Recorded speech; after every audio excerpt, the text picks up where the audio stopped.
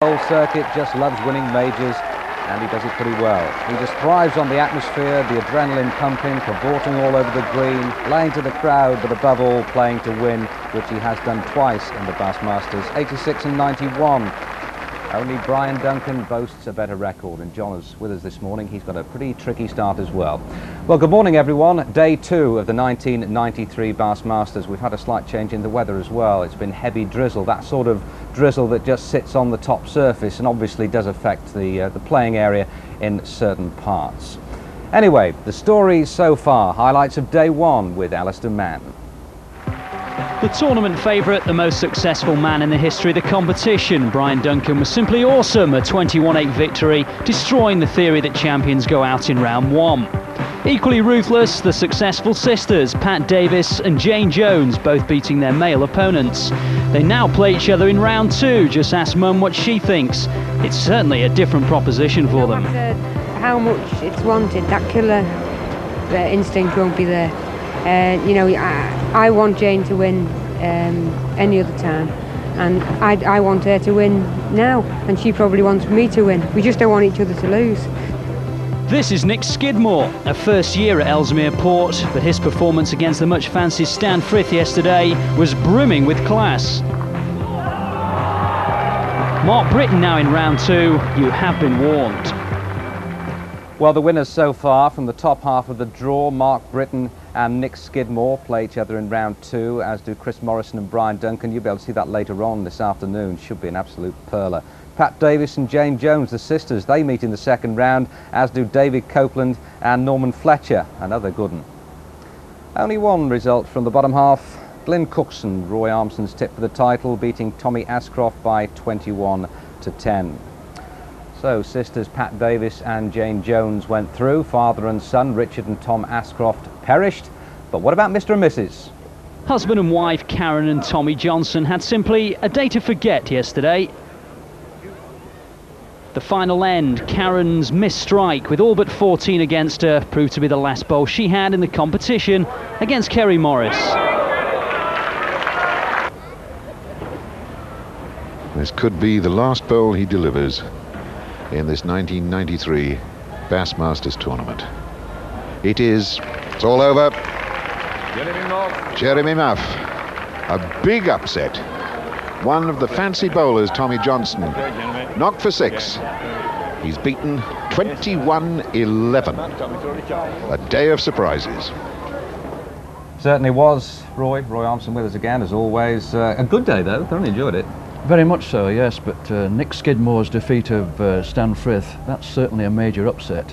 And for Tommy Johnston to lose by such a comprehensive scoreline, yes, that was I think amazing. we don't want to be disrespectful to Jeremy Muff. It wasn't so much that Jeremy won, it was the margin of victory which was Correct. The surprise element. Yes.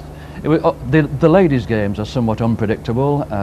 Jane Jones and Pat Davies, you never know what's going to happen, but playing two fellas who've never been here before, I suppose in a way it wasn't a major surprise, but it certainly cost the bookmakers an awful lot of money. Let's get to some live bowls. John Bancroft, I think you niggled him a bit yesterday by saying he hadn't prepared properly. Well, I would expect that reaction from John, and it's probably a good thing. It might just have G'd him up a little bit. And Alan Hill, his opponent, in contrast, has put in, what, something like 50 hours of practice. But interestingly, Roy, he practiced when the green was dry, and it's wet today.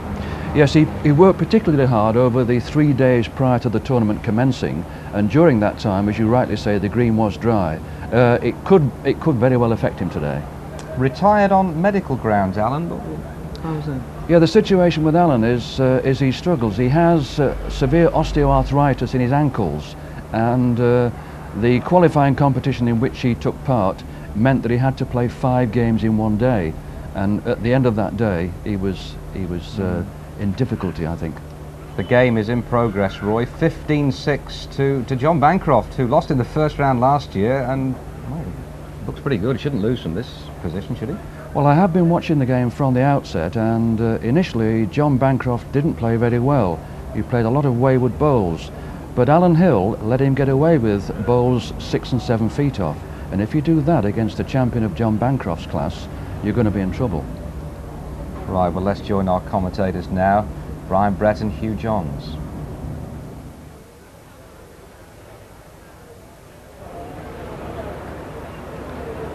Gone well out. I think it tells of the Bancroft character when you know that his great bowling idol is Vernon Lee, who's the dancing master. He used to dance in and out of the bowls until the referees got a bit strict with him and stopped that out, which many people was a great shame. Oh Lord, yes, he took a great deal out of the game. Yeah, what damage did it do? And if your opponent did not complain, leave him alone. Yes, brought delight to thousands of Crown Green Bowls watchers. The old dancing master. Alan, I think you are there. I think you're there. Yes, you are.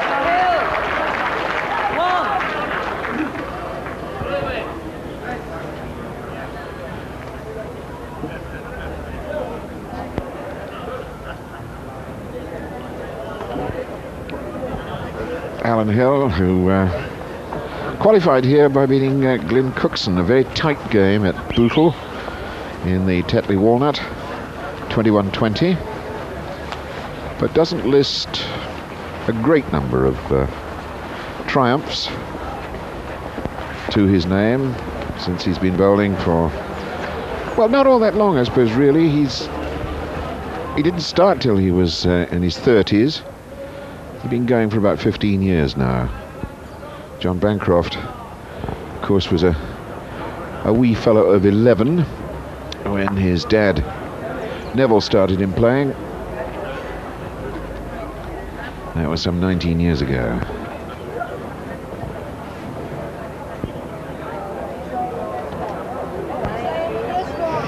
Good ball, Alan Hill. Right on the button.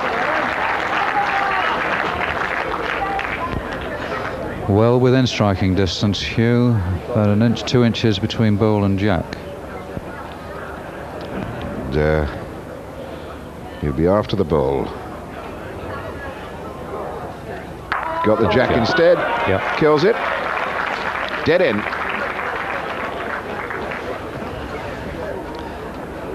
Always a danger.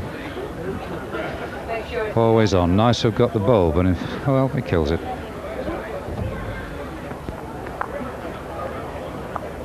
And that blue bowl will need quite a lot of washing now. Covered in sand from the ditch. You might want rebuilding it when over such power. He's wiping it off on the turf.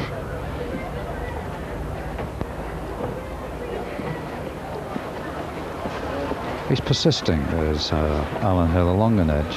When he has had the jack, he's found new land. Makes sense. If he can win an end, he may just settle. Bias towards the ditch, running parallel with the ditch, so that the slope of the green complements the bias and brings it down.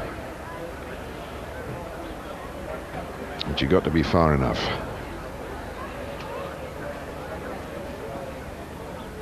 John pushing that one up a bit higher, now asks the green to assist him, and it didn't. He wasn't much out, Hugh. He just got a bobble. He got a bobble about 3 or 4 yards off the footer, which just took some running out. This is further. I got the same bobble. Well, that's got the height.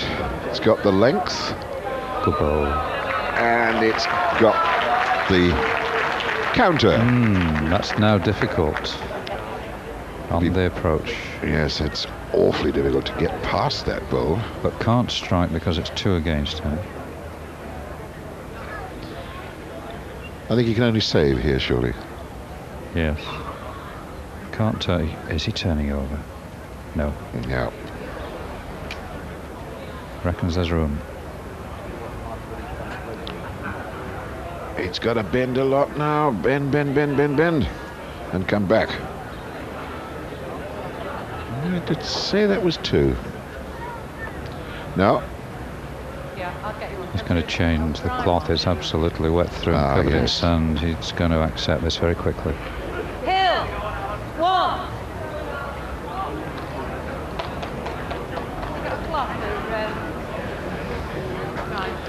Yeah, I think the trouble is that John Bancroft's cloth is now fouled up with sand, having cleaned off the bowl that went in the ditch the previous end. This is a nice gamble by Alan Hill, isn't it? Look at this for a mark now. Yes. Let it swing. A lot of players in the hut will be looking down on this. And you've got an eagle-eyed view of it.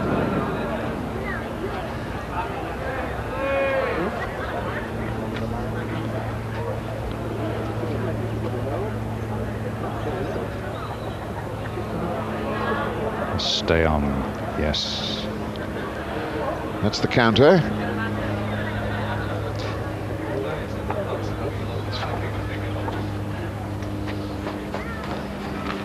That's a lovely picture, isn't it? Yes. Just like Bancroft. There's Nick Skidmore there. Two They'll boys all are be- down, yeah. I'll be looking straight down on this particular head. What a swing on that bowl. It had about swung out. It has. Went in, had a look, did the tour and went away. So John wants to have a good look at how things lie over there.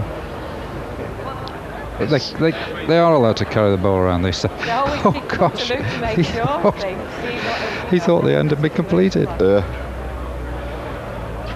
think he'd carry it. Oh, she just stopped him in time. Yeah. John Gurney, John Gurney. studying everything.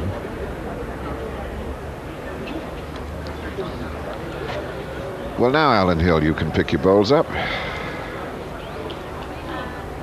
Okay, you move. And Bancroft. One. what That's it is. Yeah.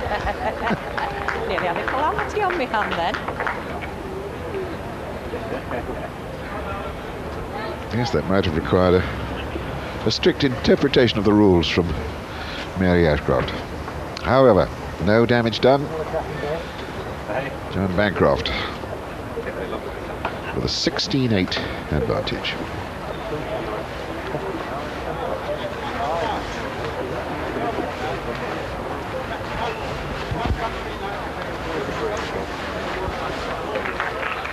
Good lead, quite unmoved by it all, John Bancroft, but Alan Hill, had he picked that bowl up, taken it out, he would have just conceded the end of it, 2 against him.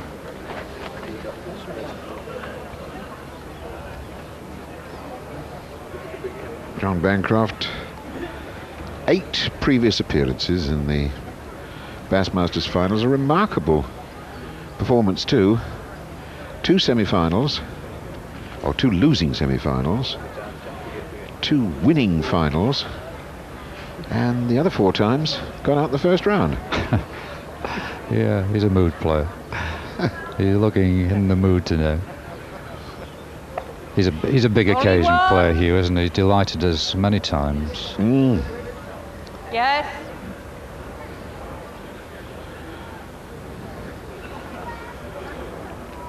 With a lot of running. Way, long way away. Bancroft. 1.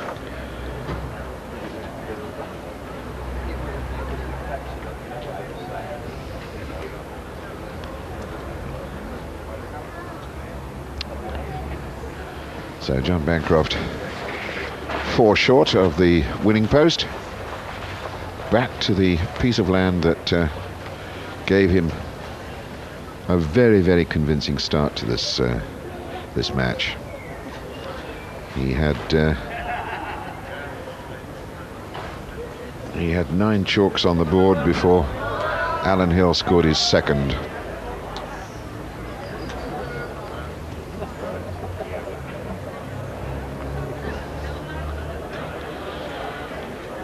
It was a very, very poor lead bowl from John Bancroft, and Alan Hill would like to have that one back in his hand too. I think the change in distance has suddenly caught them out, isn't it? From about 30 yards to 40, 45. Bancroft better. Bang on the road, lovely length, super bowl.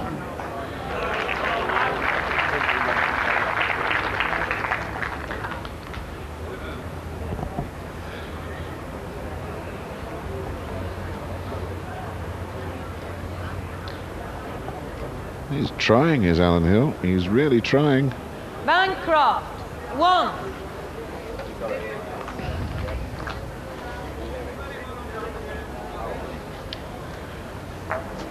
John Bancroft getting him in singles, which pays great credit to Alan Hill. He's trailing by 10 chalks, but he's not allowed John Bancroft to continually step up to the mark and pick up doubles. Doesn't it, for Bancroft? He's just started shaking his head. He's angry with himself.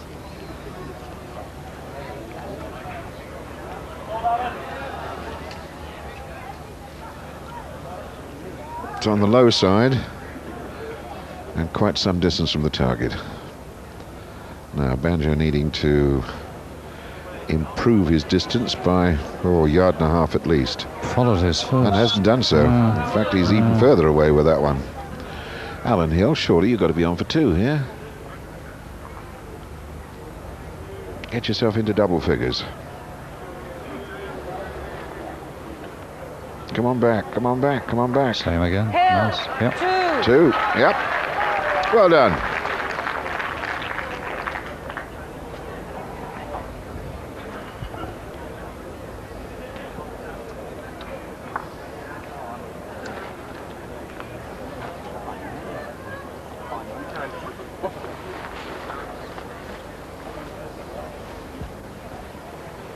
Surprised in a way that Alan Hill, with his knowledge of this green and his friendship with Colin Trousdale, hasn't gone for Trousdale's trolley. He's had the chance, Hugh, a couple of ends ago and never tried it. But he's been on screen, as we say, more than anybody in practicing. But a lot of it was done in non-tournament conditions, which means the green was well grassed. Only over the last few days would it be down to this level. And he's probably practiced, you know, in dry conditions. All of a sudden, he's got the rain to contend with. It's certainly Just got to say, have there been any dry conditions recently, Brian? Oh, they tell me there was an hour a week or so ago. I missed it. No, we've not done so bad around Ellesmere Port. A little bit further inland, Hugh. It was underwater bowls.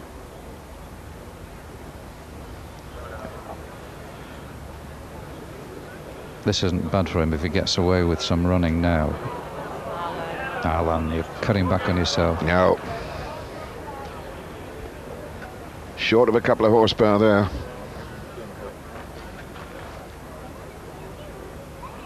John, every chance to put the magic 20 up on the board.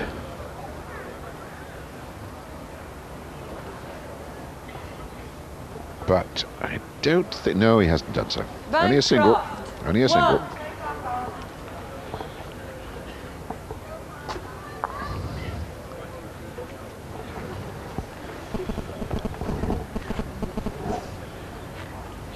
But now within John Bancroft's grasp on this particular mark, the chance to go into the second round.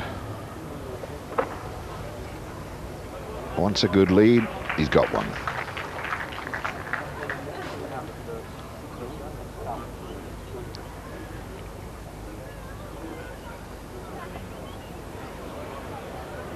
Underneath and short.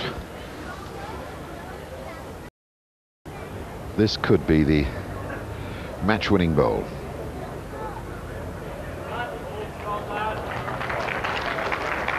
Well, that's the 2 that he wants. And Alan Hill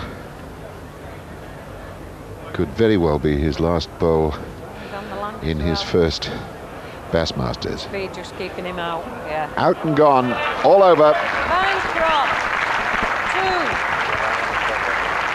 2. Mary Farmer confirms what we can all see. Mary Ashcroft confirms what we can all see. The score, 21-10 to John Bancroft. And it doesn't really do Alan Hill credit for his attempts to keep the former double champion of this tournament under control, but the handshake now for John Bancroft from Elton Wellesby as well. Thanks very much indeed, Hugh. You want to get under the brolly. It's the rain's playing havoc with your hairdo. Well, that's it, isn't it? You know, age is showing now, you see. Better start than last year, John. Yeah, it's Well, I've won, that's the main thing. The first round, it's the hardest round to win, definitely. I found that, and I'm sure all the other players agree. You know, you're nervous, you're tense, no matter whether you've won it once, twice, 3 times. I'm sure Brian was nervous yesterday. It's the hardest game. Roy was a bit surprised that you hadn't put any practice in at all this year. It didn't show, I have to say. Well, circumstances. I've got a little boy now, and I've not got quite the time to put in as I had. We're in the process of changing my working routine as well, so and I decided I wanted to stay away this time and not try and get involved in the build-up to it all and the hype, but you tend to sort of put more pressure on yourself, so low profile.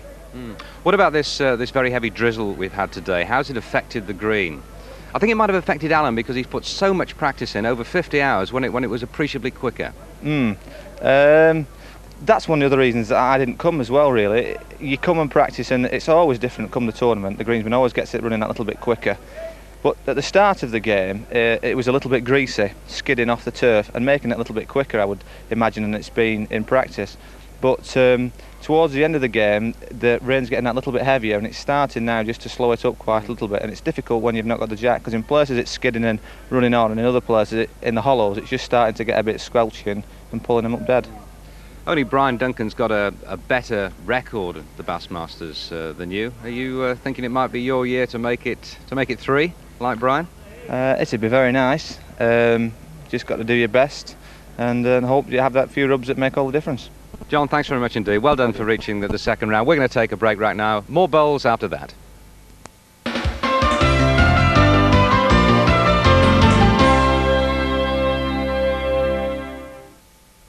Ladies, synchronize watches. Oh, sorry. There's a spread that's high in polyunsaturates. Sorry. Sorry.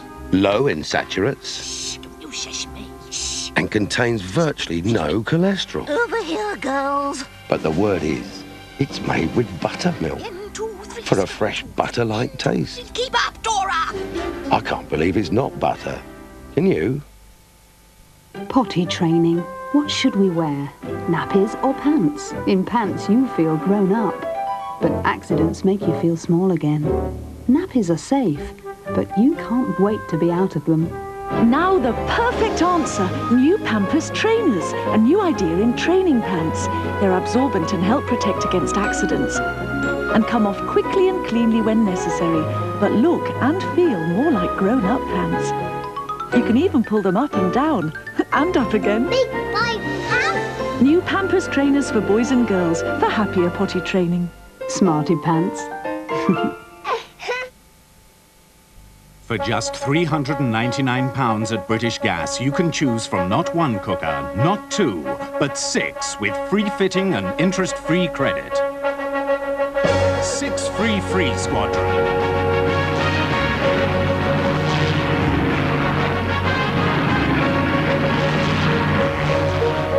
Chaps, let's deliver these mutants.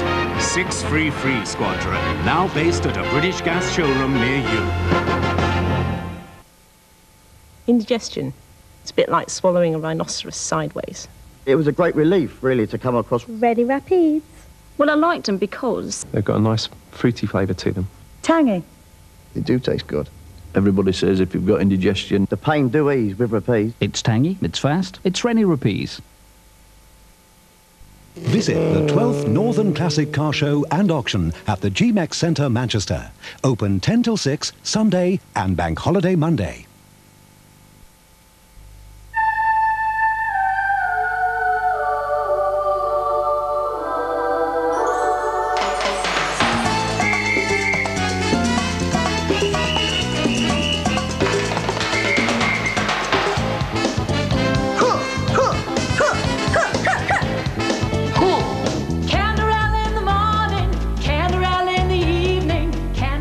More people are making the change. Isn't it time you moved over to Canderel?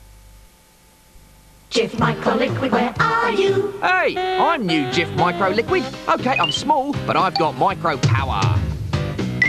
With one tiny capful, I clean and dry to a brighter shine all around. It's no wonder everyone's shouting, Jif Micro Liquid, where are you? He's the best. He outshines the rest.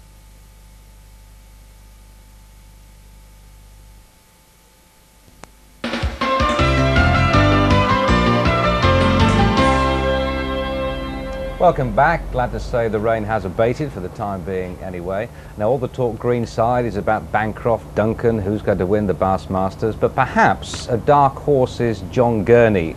Now bowls isn't his only passion. Rob McCaffrey reports.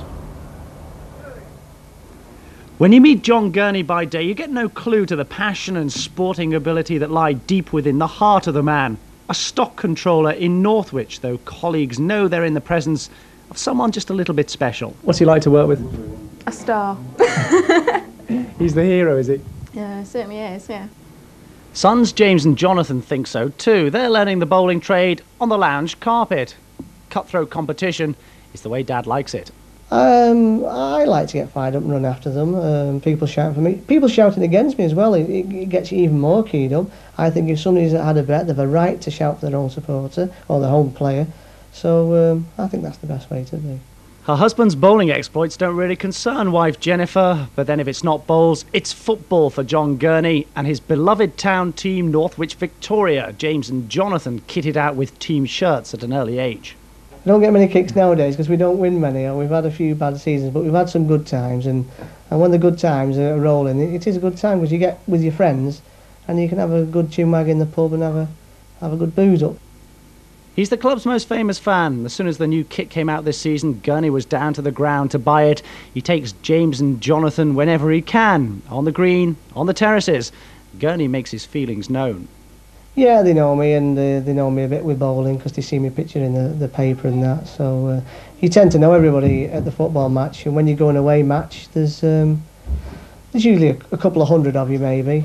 There'll be almost that many following John Gurney when he walks onto the Woodlands green. He's from the old school, playing hard but fair. John Gurney might just be the man who plays to win the Bassmasters tournament. Well, they'll be proud of John in Northwich at the moment. There he is. He's leading 9-5. That's the state of play against Mark Tinning, Roy, who is delighting the crowd out there. Shades of Fred Hume last year. He's nattering away to them. He's just having a ball. Yes, Mark has a belief that there's a shortage of characters in the game, and he intends to do his part to fill that void. He's said he wants to build up a rapport with the crowd, and he's certainly doing that. You're dead right. Hugh? Thanks, Elton. Yes, we're enjoying this this chap from Warrington. He's made a lot of friends here in his first appearance in the Bass. John Gurney, who's been here before. This is his third time in the tournament. 89, he went out in the second round, having beaten Steve Ainsworth in the first round. He went out to Brian Jenkins. And then last year, he went out in the first round. Well, he was really taken apart in the first round by Mark Britton, 21-8. Here he is now, though, with a 10-5 advantage. And he has set a very tricky sort of a mark here for Mark Tinning.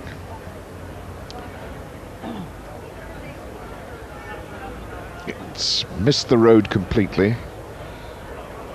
Anything really tight to the block will be in the ditch, as that last bowl of Gurney's was.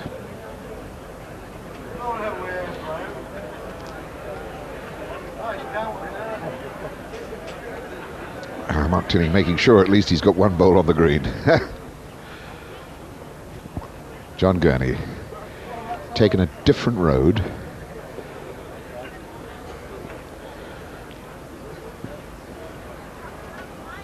Well, that's about, what, 10 feet from the block. There's a lot of running on this one.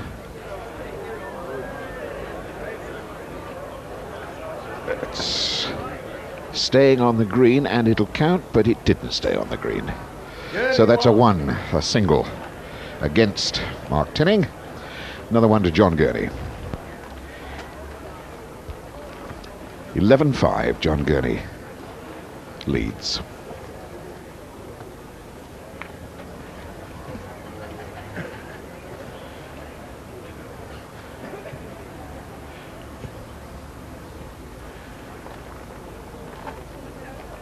One of the Gurney boys supporting his dad.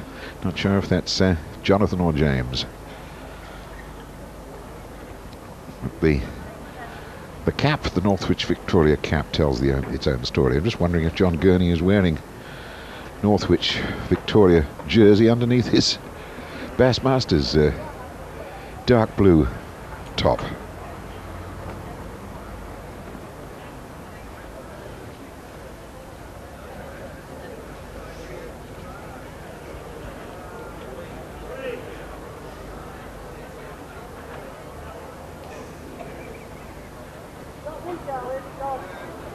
Well, let's see what referee Charles Tarbrooks thinks of this. There's not much in these at all. It's a good measure. Well, I think it's a safe bet, Brian, that neither of those two bowls are going to win this in. Well, they've played some very tight, close bowls. It's been a smashing game so far. We've had some quite impeccable refereeing from Charlie Tarbrook. He's given some good decisions, and if he's not sure, he quite rightly says, you know, it's a measure, but that sorted it out. Having another look, I think he could have two. How far's he passed with that back ball? Good advice, Hugh, because it rules out any possible thoughts of a strike, that it could be two against Tinning, who's one of the great runners in this game. Yes, despite his handicap, he really motors around the green. Yes, he had this accident, a pit accident, that's affected his right leg, but he still flies around the place. Here's a measure. Nobody's conceded anything as yet. Certainly looks one to Gurney, who's wandered off the green to chatting to his son. Yes, he just had a word to the boy in the players' hut. Yes, they're supposed to retire from the measure, you know. Well, they're retiring all right. They're about a yard away. Now we've got the family connections continuing here. The measurers are Mary and Terry Ashcroft. Right. That's it. Mr. and Mrs. Yeah, and all referees, all qualified referees. Yes. Mr. Gurney won. John Gurney then, after the measurers had sorted it out, goes up to 12-5.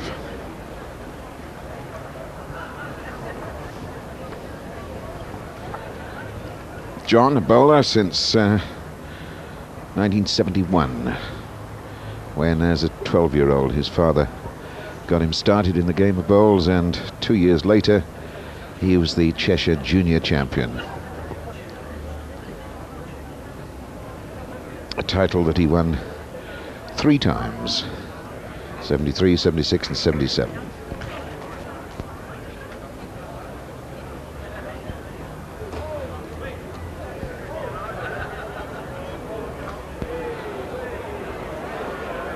Good ball, Mark.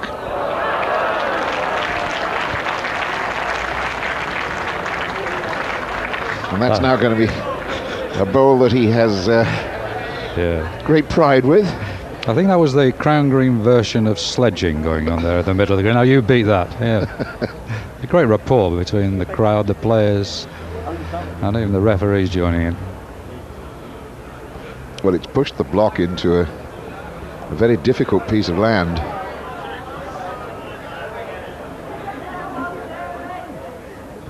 Remember, of course, that the block is biased like the bowls, and the bowler who sets the mark knows exactly how he got there. But once the block is moved, it becomes a totally different thing. Now this has got to stay on the green to count 2. Tinning 2.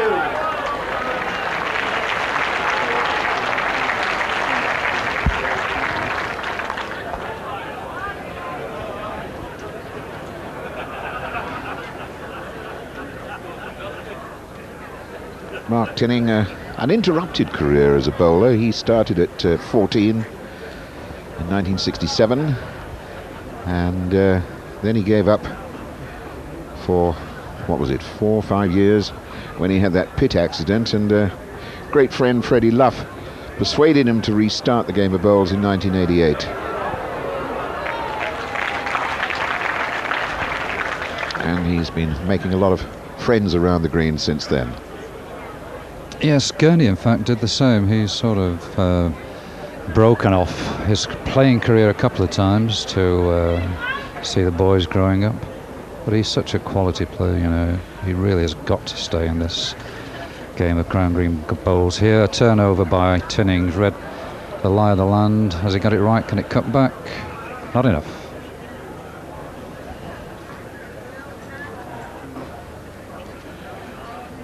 John Gurney following his bowl down there. The pair of these chaps doing a fair amount of walking around, but he didn't do himself any good there, and Mark Tinning picks up a double. So he is closing the gap. This is really becoming awfully tight. It's now only 9-12. Tinning is down, and we'll see how he gets on when we get back.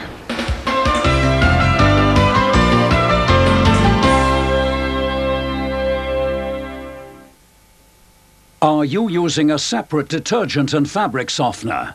Are you spending more than you need? Stop. You could have made a better buy with Bold. It's an ultra detergent and softener all in one, and it costs less than these two. Don't buy two, just buy one. Bold all in one.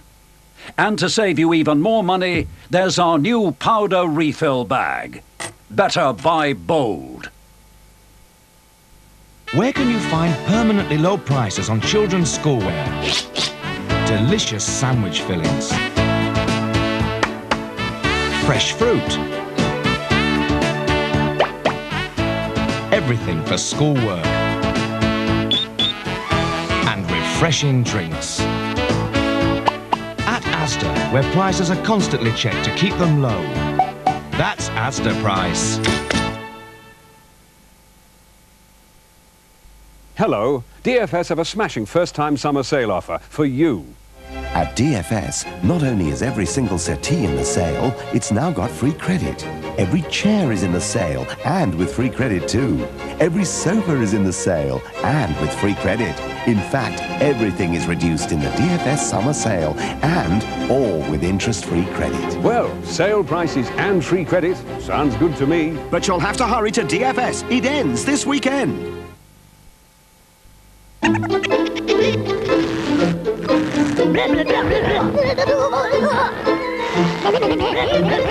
All fillers grip and stick, but some fillers shrink, then crack straight away.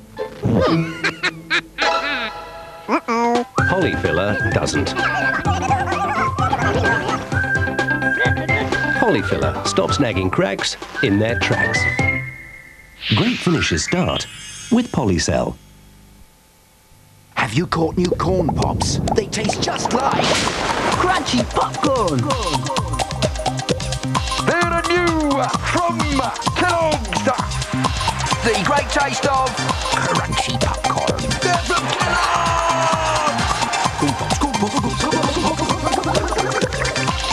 They're great as part of this nutritious breakfast. Just like crunchy popcorn. You gotta catch new corn pops.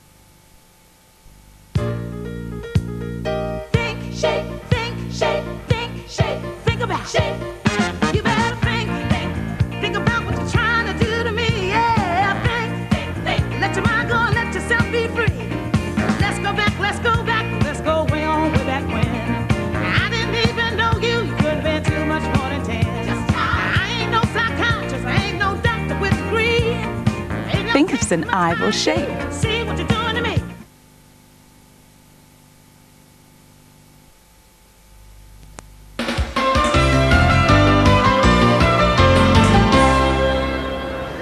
While you were away, John Gurney added 2 to his score. He's now 14-9.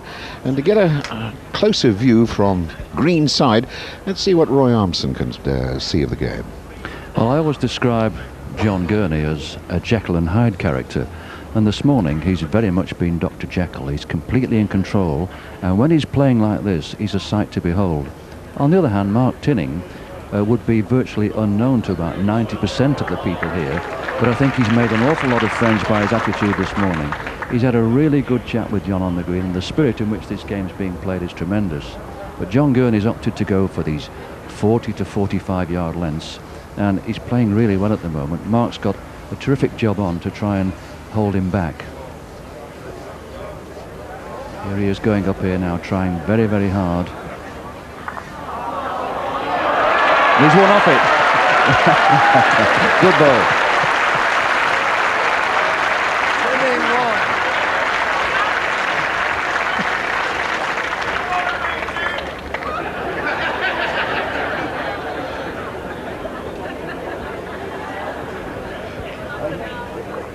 Mark Tinning now with the jack.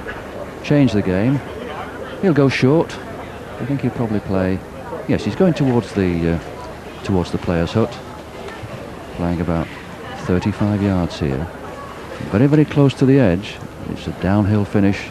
The jack just stays on. Mustn't pass the jack. What he'll be looking to do here is to try and play a yard short. They're all shouting away.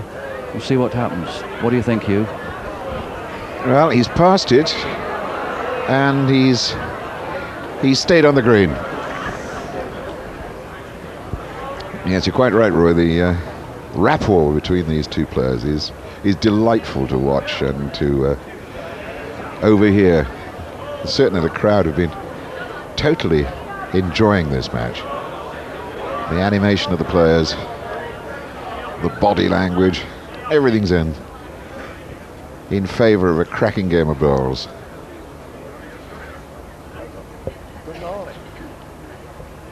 Now Mark needs to take just a fraction out of his bowl as he creeps up behind it. Oh yes.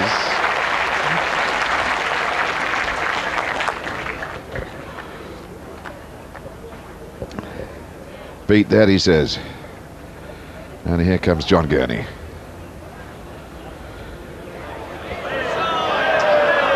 Hasn't got the legs, left it on the mat. Whoa-ho! 2 for Mark Tinning. That gap, only 2 now. 12-14 off the mat, Mark Tinning. Something to say all the time, and look at the way he stalked after this ball. Despite the handicap of that injured ankle, is the new Vernon Lee. Lovely stuff. This is great, Brian. Oh, it's quite unfair. He's talking to the bulls and they're listening. That's the thing. He's not only getting a little bit close, it's quite all right.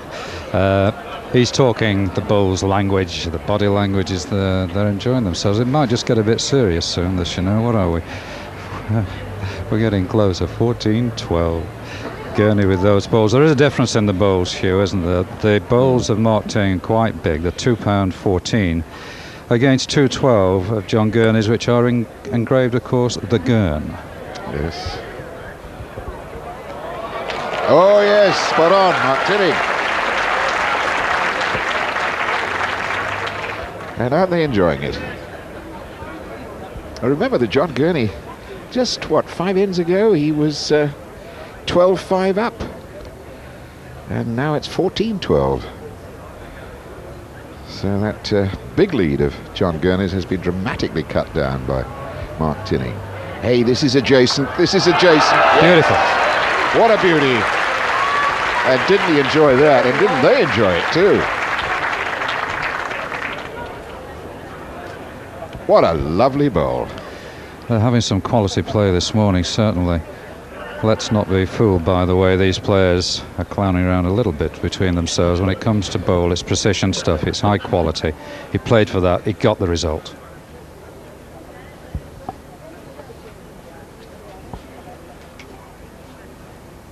So 15-12, John Gurney's advantage, as he tries to stop that ball running out, holding it back to far. Oh, Mark, what have you done here? Definitely out in the long grass. Turned the bowl over and tried to come in on the other hand, but it didn't work for him.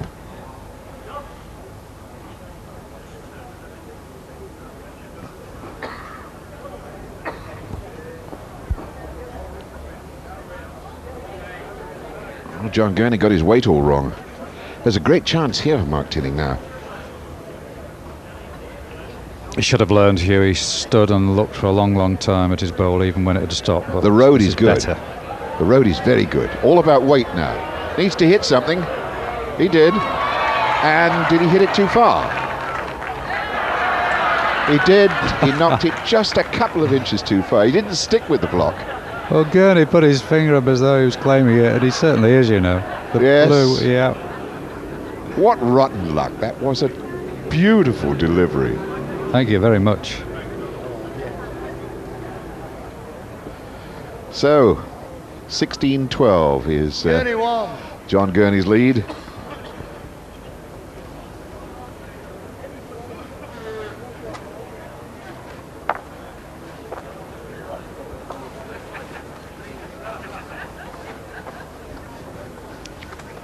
Well-known county bowler, of course, John Gurney for Cheshire. And he commands a great deal of respect.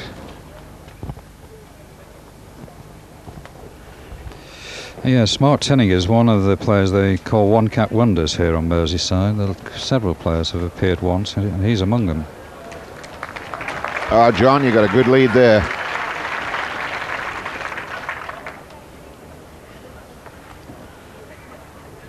Oh, this is a difficult bowl to beat.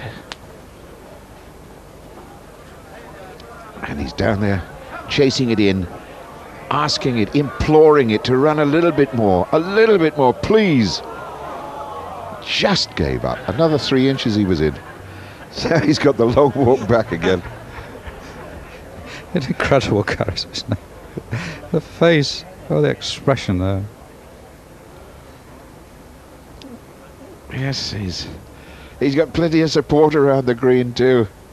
They've really enjoyed the bowling that Mark Tinning has put in here. I think, although he hasn't made a big impact in crown bowls in recent times, Mark Tinning is making a lot of friends here in the Bass. He got here with a fine victory over Alan Taylor in the Wire Festival, which established his credentials.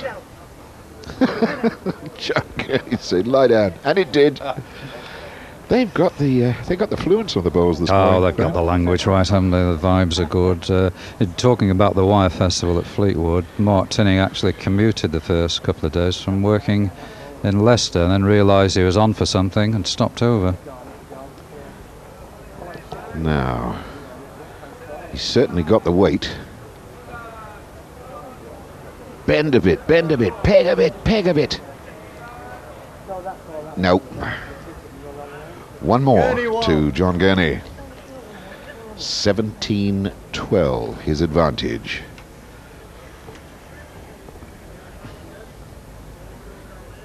And Mark Tinning has a bit of a battle on his hands now if he's going to stay alive in this, his first time in the Bassmasters. 5 chalks, that's a lot to make up when your opponent only wants 4.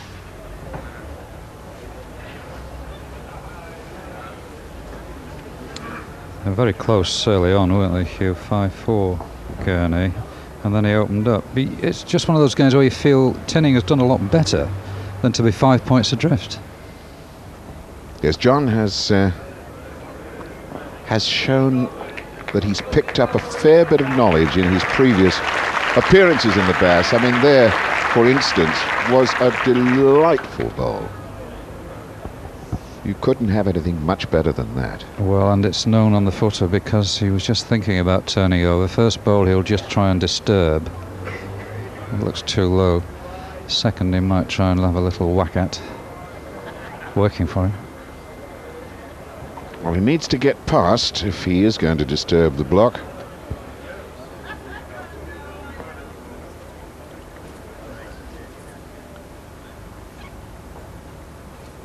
John on a gallop after this.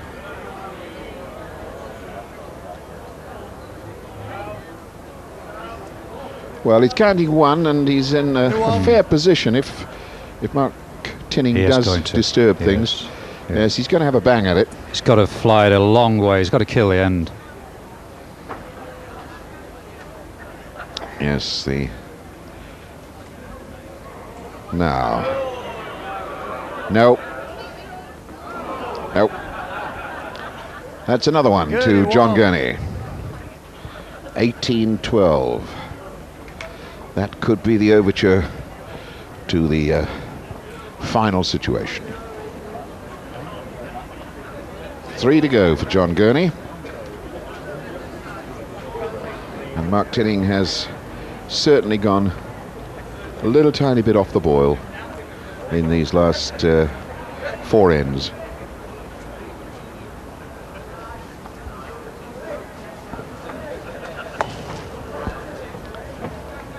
Well, John has had some good fortune on this piece of land just down below our commentary position. And John Gurney has himself a very, very good lead. That's close enough on a difficult piece of land. Mark, a lot to do here. His road is right. What about length? We'll see. It's going past.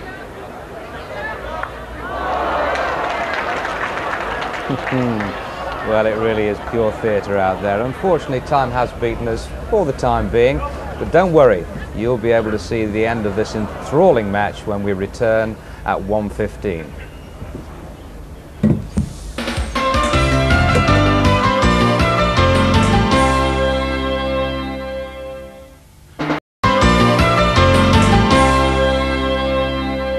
Welcome back. Morecambe and Wise, Laurel and Hardy, Abbott and Costello. Great comedy double acts. Now in Crown Green bowling, it's Gurney and Tinning.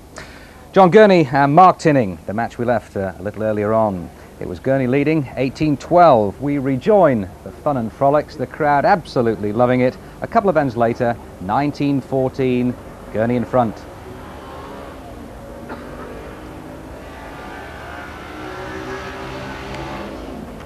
Motorbike timed it perfectly. Yes, it's all serious stuff now, isn't it? Even the players have cut out the clowning for a while. I don't think they've been clowning so much as just They've been thoroughly enjoying themselves. They've been enjoying themselves. It's a game to enjoy. Such as this. And that is pure enjoyment. Reflected in the smiling face of John Gurney. Loved that. Northwich Victoria hat-trick couldn't have pleased him any more than that bowl. Well, it's a shame that we've got to lose one of these players from the competition, isn't it? It's been good value.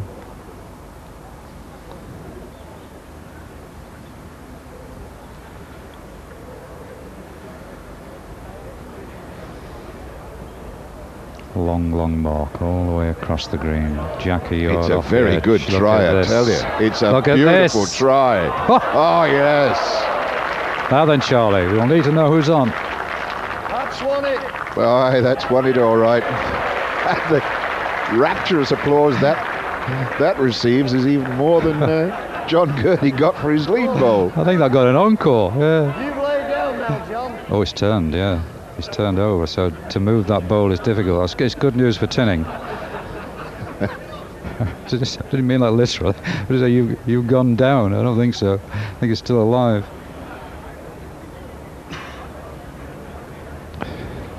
He may eventually send the ball. Now, Mark, you're just telling it where to put it. Now go over that mark there, and I'll not do. That's my mark.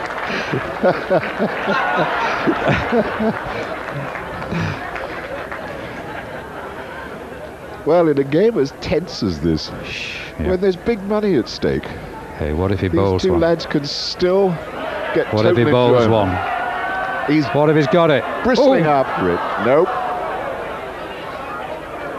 Now, will Tinning be serious with this? He's certainly got one. I think he'll be satisfied with one. Eventually. One will do him. You might just have a stroll with that. Oh dear.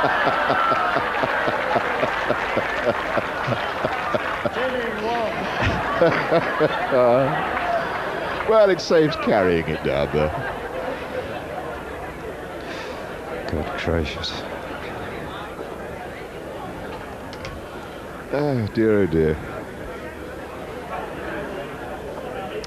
Right, Mark. What sort of a mark are you going to set?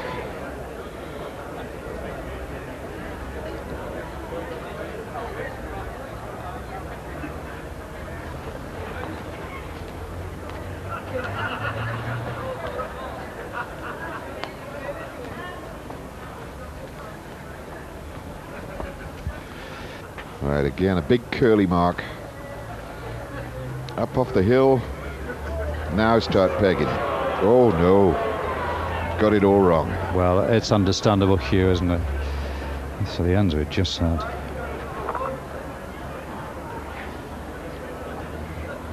Let's see if John can suss things out. That's a tighter line. Oh, he's learned. It's all about weight now. And that's looking very handsome. That'll do you. Pressure on Mark Tinning now because he's got to get one in close. He wants to win it, but he's got to prevent John Gurney getting two. Has that got the legs? He's tried very hard. I think it stayed out. Yeah, I think it might end up a saver because now Gurney's got to bowl a terrific one. Gurney's still on, yeah, good length bowl. Well, the way Gurney is bowling, I wouldn't mind having a small half crown on the fact that he'll get himself a second here. Let's just see.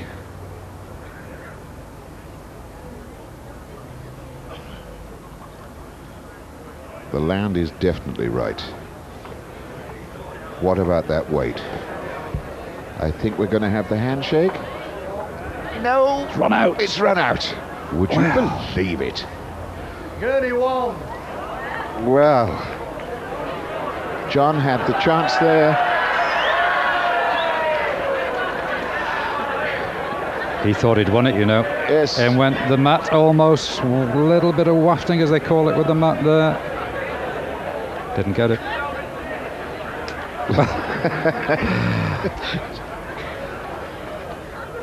Now it's all to be done again.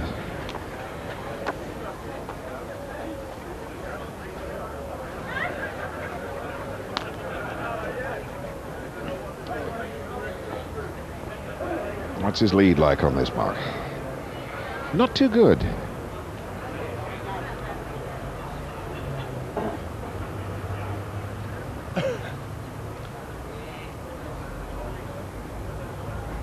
That looks very useful. Whoa, whoa, whoa! He had a good road here, but his length again. I think it's the better of the two. Yeah, I think the difference in bowls is telling a little bit, a couple of ounces. You can't afford to follow John Gurney's land. I think you mentioned it before, and I'd like to say it again, that Charles Tarbrook, the referee, has assisted greatly in Hasn't he been good? Working of this game. Yes. Oh, John Gurney, what are you doing? Mark Tinning. Great Can you chance. get two out of this?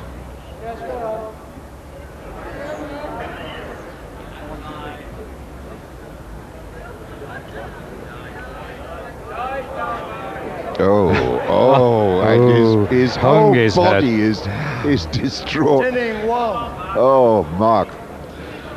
He walks down there scratching his head. What did I do? Where did that disappear? Great chance for two. Only gets one. But Mark Tinning, still alive and well, and giving a great deal of enjoyment to those spectators clustered around this fine little green here at the Woodland Hotel.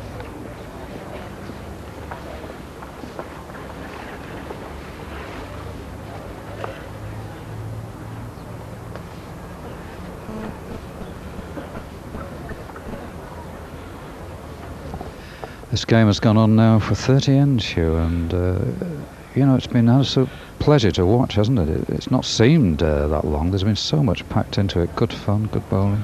Oh yes, it's I think it's easily from an entertainment, humour, quality bowls. Yeah. Come on, run! It's one of the best games we've had for a long time on the green. Yeah. It's had all the ingredients that makes for fine entertainment.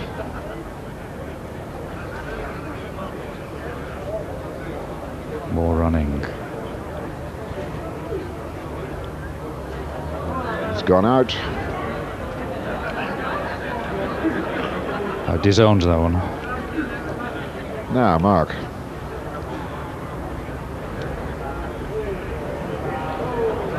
Given that perhaps a little bit too much, has he? Heavy balls, No. it might be good stoppers, Whoa, Hugh. whoa, whoa, With the stop. peg. Yes. It did run, didn't it? Too much. These great big 214s, like pumpkins, big cannonballs. And once they start rolling, it take a lot of stopping. Well, it's a good ball to beat for game.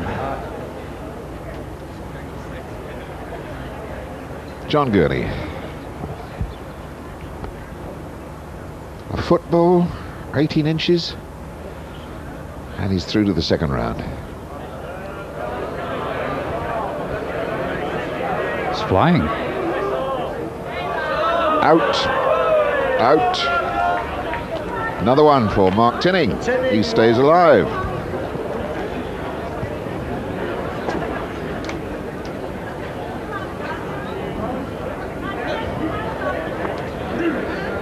There's a lot of advice coming out from spectators all around the green now. Go over there, come over here, set it here.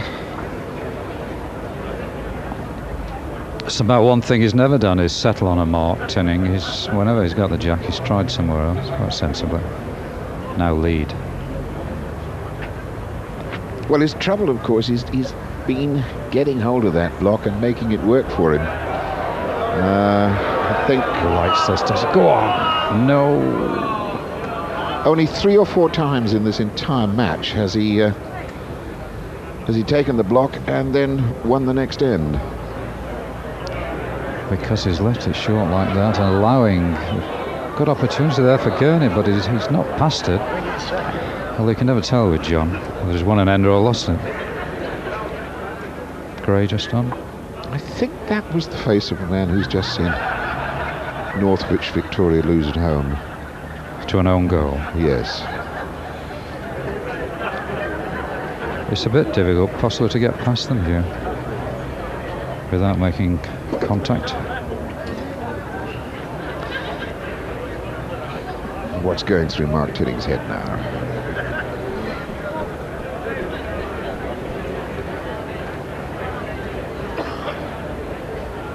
Tell you what's going through, he's holding one. If he could get 2 at this end, it's in with a terrific chance. Oh, it would be a remarkable comeback. Wouldn't it just? Saw it with 10-5 down, 18-12 down, 20-15 down. Creep, creep, creep, creep, creep. Yes. Now, John Gurney still needing the 1. Very quick. He's pushed that out on a wide piece of land. It's certainly got the running. And it's won it. It's won it. Yes, that'll do it. John Gurney. Oh, it's run on. It's run on. It hasn't. It hasn't won it. It's or set is off it going again. For a measure? I thought it had stopped. It's run on again. It went into a dip and ran through. It might be a measure. Oh, he's bound to ask for a measure. Yes. Yes. Well, would you believe it? He'd gone, hadn't he? Mark Tinning turned away in absolute disgust. Absolute anger. Oh, he's furious. Because it was there. It was the match winner. Somebody let the handbrake off that. It just slipped through again. This could be, well, this is for game. Yes. At least for John Gurney. It's not, you know. No, it's a grey one. Would you ever believe it?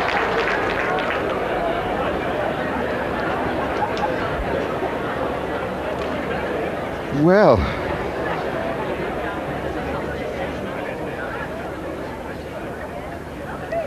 that was an incredible piece of mechanics.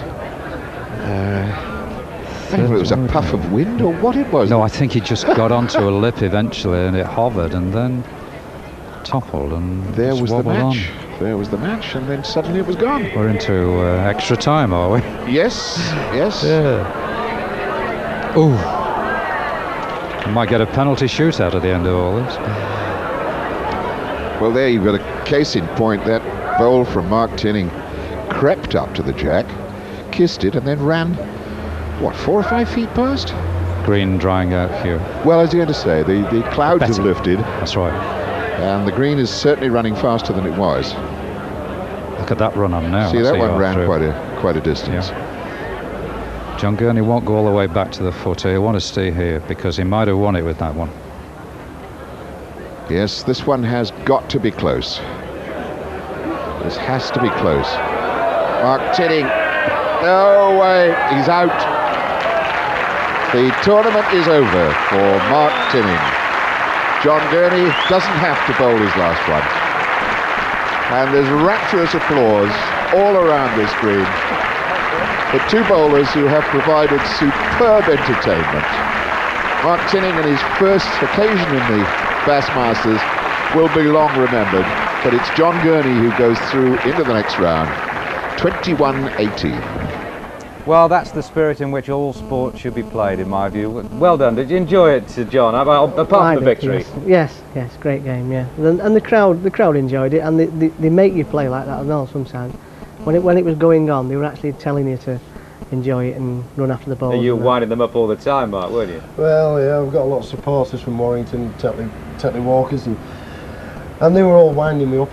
But I like to bring the crowd into the game if I can, because I think it's a spectator sport if the players bring the crowd in, you know, and all the theatre is there for the crowd to see. I mean, you just play to them all the time. Look at this. That's right. What do you do? You've got a very funny walk, actually, haven't you? Yeah, Watching John Cleese movies. Absolutely. As for you, Mark, I mean, John, you never still. No. Even the ones that just get away, the mats flying all over the place. Yeah, and when you see yourself on telly, you think, oh, do I do that? And I'm tossing my rag from hand to hand, and it's up and down in the air, and I don't actually know you're doing it until you see yourself on the television. But you'll keep on, won't you? Yes. Yeah. Brian Brett summed it up, Mark. He said it was a great shame that we had to lose one of you. Unfortunately, it was you. That's right. But you've enjoyed your experience. Oh, absolutely, and all credit. I mean, the green is in superb condition, and all credit to the organisation. Absolutely superb competition that everybody wants to win. This is the premier bowls event that everybody wants to win, and to be part of it has been great. And I just hope that I can get here next year. Well, you've obviously both great pals. You're delighted, aren't you?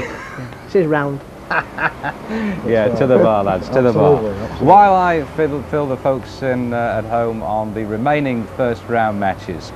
John Eccles, never in trouble against Mike Geraghty, 21-7 the winning margin.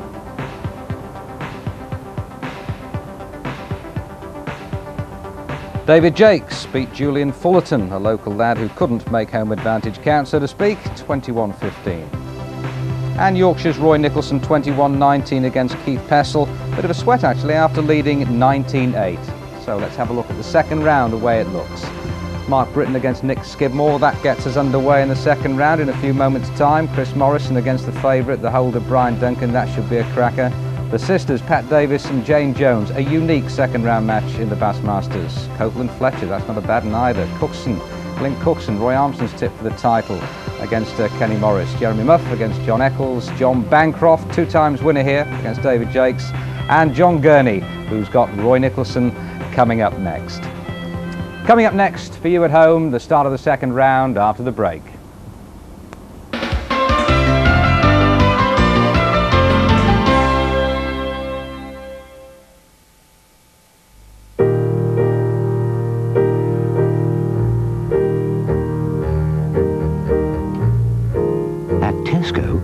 Find a special kind of promotion with prices on a variety of goods at the bare minimum. Not the fancy things, but the ordinary items that we all buy regularly.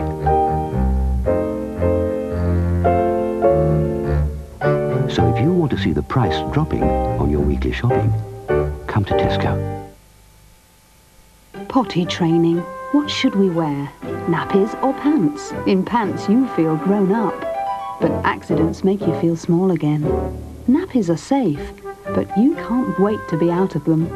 Now the perfect answer. New Pampers trainers. A new idea in training pants. They're absorbent and help protect against accidents. And come off quickly and cleanly when necessary, but look and feel more like grown-up pants.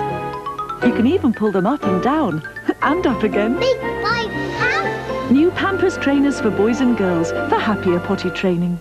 Smarty pants. Hello, DFS have a smashing first-time summer sale offer for you. At DFS, not only is every single settee in the sale, it's now got free credit. Every chair is in the sale, and with free credit too. Every sofa is in the sale, and with free credit. In fact, everything is reduced in the DFS summer sale, and all with interest-free credit. Well, sale prices and free credit. Sounds good to me. But you'll have to hurry to DFS. It ends this weekend. Fairy Ultra Liquid has changed. New Fairy Colour keeps colours bright. Just imagine it, because Fairy cares for colours. Morning. Does your car always break down the first time you take a girl out?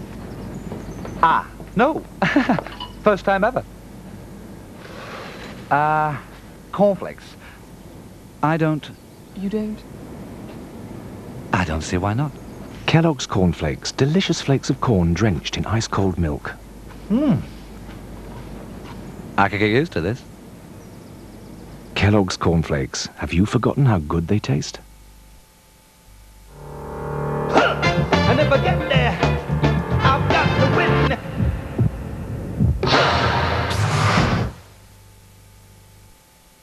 The big new Paul Carpet Superstore opens this Saturday in Blackburn with incredible bargains. Save over 75% on this traditional Wilton at just $3.99 a square yard. Fabulous 50% wool twist pile, just $2.99. Bedroom planes down to $1.99. Save £5 a square yard on these cut and loops, an amazing opening offer at $2.99. Save £12 a square yard on graphics, opening price $2.99. Save over 70% on lounge quality prints at $1.49 a square yard. And there's heavy duty cords at only 99p. Don't miss the grand opening of Paul Air's big new Superstore this Saturday at Weinberg Drive Retail Park, Blackburn. Be there!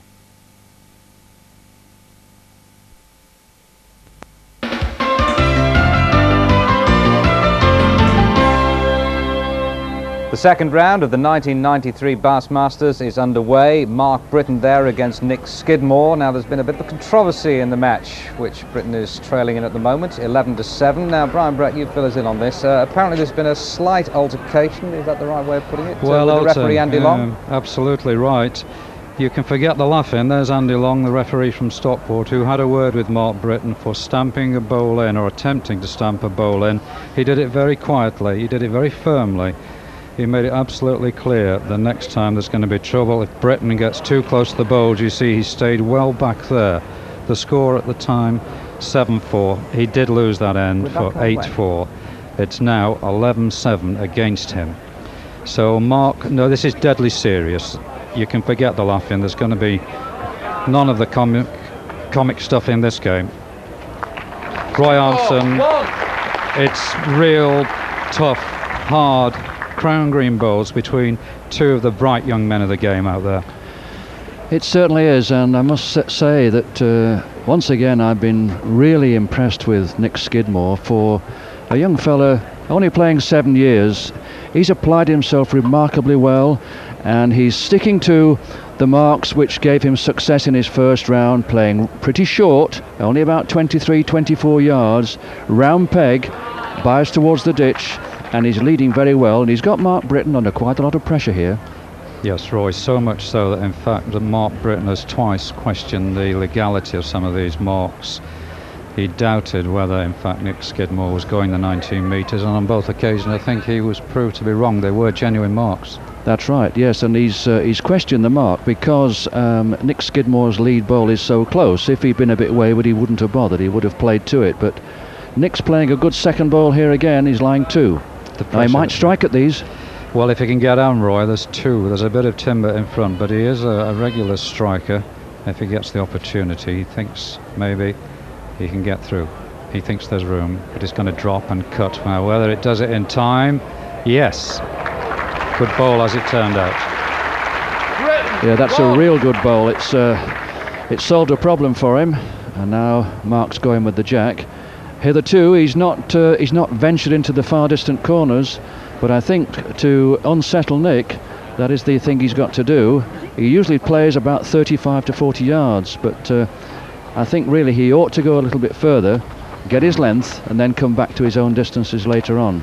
Bearing in mind he's playing a lad who is a top indoor flat green player and is a champion and is the national under-25 singles champion, the reigning one. So he would favour 28-30 yards, whereas Britton is going to have to push him, isn't he, all the way across?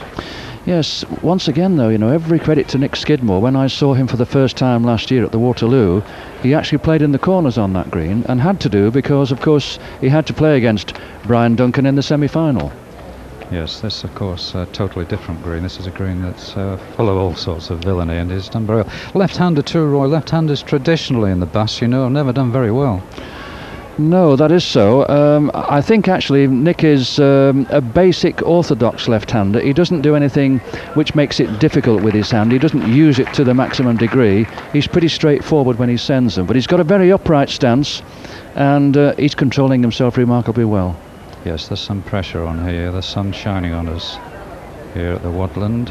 It's going to shine on Mark Britton after his little altercation with the referee. No, left that well short. We've been impressed, Roy Armstrong, with the quality of refereeing, haven't we, last couple of days here? Yes, I think the important thing at the Bass Masters, the players like to know who's in, and they like to know who's in with a minimum of fuss, and the decisions that have been made have been positive. There's only been a couple of times when the referee's not been able to make such a decision, and that's very important for the players. It enables the game to flow, and it gives them confidence to play their shots. Absolutely, playing his shots with precision. Nick Skidmore in the grey. 14-8. Yes, nice style there, strides out off the footer. Nice follow through. Wait until the jack has settled and then bowl the first lead bowl. Referees very keen on this these days. They want to watch and wait for the jack to stop. Another one of the runners, Nick Skidmore, follows the bowl in. Good lead. Good length. And the players are actually playing with almost identical bowls, Brian. They're both playing with £2 12-ounce composition bowls. They're just from different manufacture at different parts of the world. Nick's are manufactured in Scotland, and Mark's are manufactured in Liverpool. We're playing in Ellesmere Port. All right, 14-8. Nick Skidmore now becoming the fancy for one or two players to go quite a long way in this competition. Not too well known in this area. Certainly in the Midlands they know all about him in two codes, flat and crown. This crown and this Nick Skidmore holding a nice lead against Mark Britton. Good, tough, difficult game for both players. Trying to sneak through. Bad connection for Britton. Leaves one. Skidmore takes out one. You're on there. And will leave himself with Skidmore, one more. Nick Skidmore. 15-8. So Nick Skidmore in the driving seat. Is he heading for home?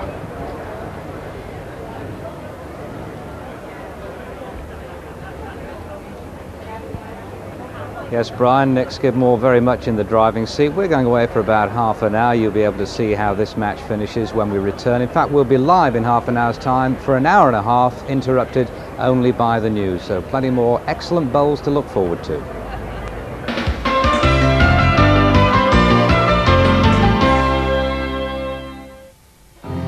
Lieutenant.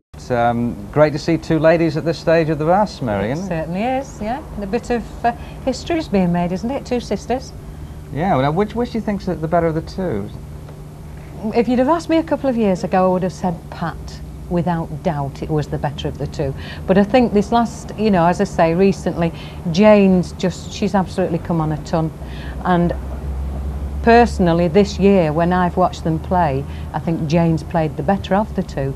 But I still think that Pat has got the edge on Jane. Pat has always struck me from going back to Super Bowl a few years ago. A big occasion play, thrives on this sort of occasion. That's right, yeah. She's the stronger I'd say she was the stronger bowler. You're talking of the physically two. or mentally? Both. Both. Right. And of course she's got off to a good start in this particular match, 9-4 at the moment. But Jane didn't score for about 5 ends. But she's coming back a little bit now. Yeah, well, Pat won the block, didn't she? Pat won the block, set the mark, and Jane struggled on the length that Pat had set. But what sort of game do you think it'll be between two sisters? It can't be cutthroat, can it? Well, it can't be cutthroat because they must have feeling for each other, mustn't they? I mean, they said yesterday that they both want each other to win normally. That's right. They'll both want to win, and yet they won't want the other one to lose, will they? Of course not. I mean, I think ideally, that whoever wins, they'd love it to be 21-20, so that neither will be humiliated. I would say so. I'd like to say I think they would hope that it's a close game. You can see how Jane's playing now. She's settled down. All of a sudden got a tail up. She's settled down. I think we're in for a rip roar of a match, don't you? Sure we are. Lovely. Sure all right. Pat Davies and Jane Jones, sisters, competing for a place in the quarter-finals of the 1993 Bassmasters. Commentators Brian Brett and Hugh Johns. Thank you, Elton. And you just saw a really superb delivery then from Jane. 9-6 the advantage then. Pat Davies. Good close bowls so far. There may not quite be a lot of nasty feeling between the ladies, but they're certainly playing close bowls, and they're playing to win. It's the important thing. Yes, that was a glorious bowl that Jane delivered to pick up a double on that last end. And she's playing with more confidence now than in the very early stages of this game. There again, delightful bowling. That from Pat. It's been the feature of this game. A lot of close bowls.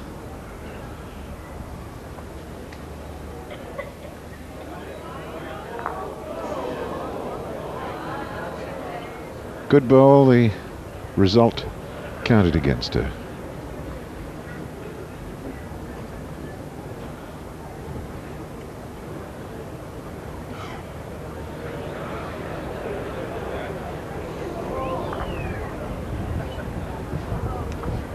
Davies, 1. So a single for Pat Davies. 10-6 her score.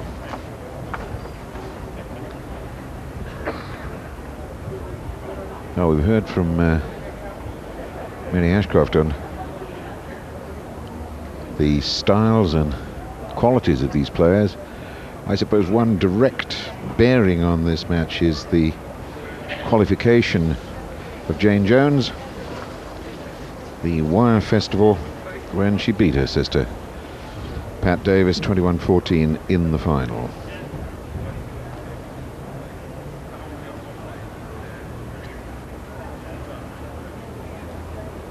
They have played each other several times over the years, at least 3 times this year. Pat Davies won the Whaley Bridge Open against Jane in the final, and then she lost the Staley Bridge Open to Jane, and then won the Wire Festival against Jane.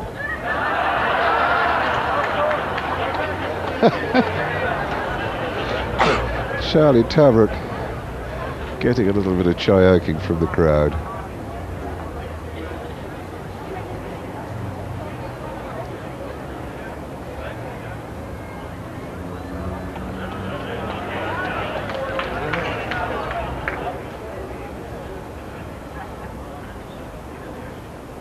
Jane then.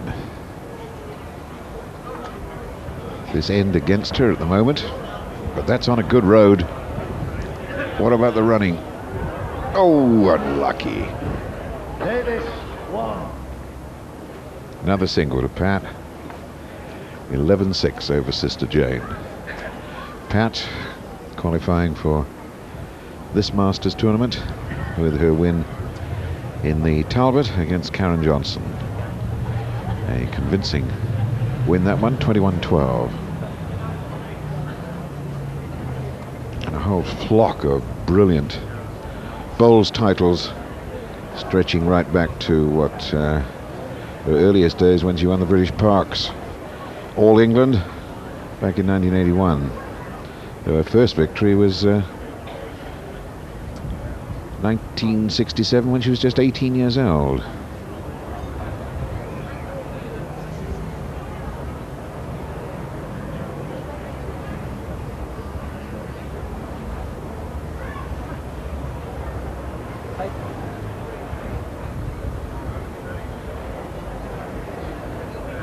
Yes, Pat.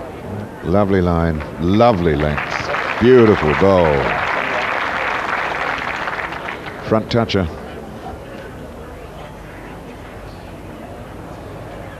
See if Jane can use some weight to destroy it. Let's put some pace on that. And she got a good result. Dead end. A lot of accuracy about that strike. Yes, that was long range, wasn't it? Right across the green. Nice connection. Good job it did go off, because the way it ended up, it was Pat's bowl, I think, that stayed closest. But it's off and it's dead, and that kills it.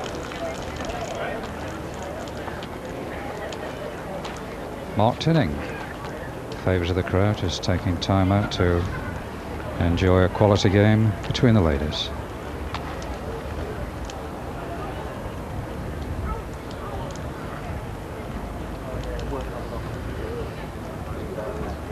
Rules of Crown Bowls. The end is replayed with the footer placed at least a metre from the ditch at the point that the jack went in.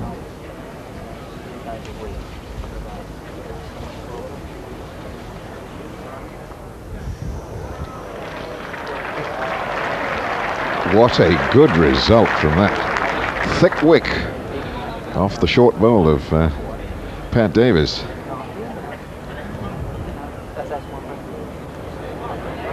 Now she was trying to do it herself, I think, Pat did. Well, it looked very much that way, but that's the first time I think that Jane has managed to count off a wick. It's gone against her so far. Now then. She's not going to do it again, surely. Jones, one.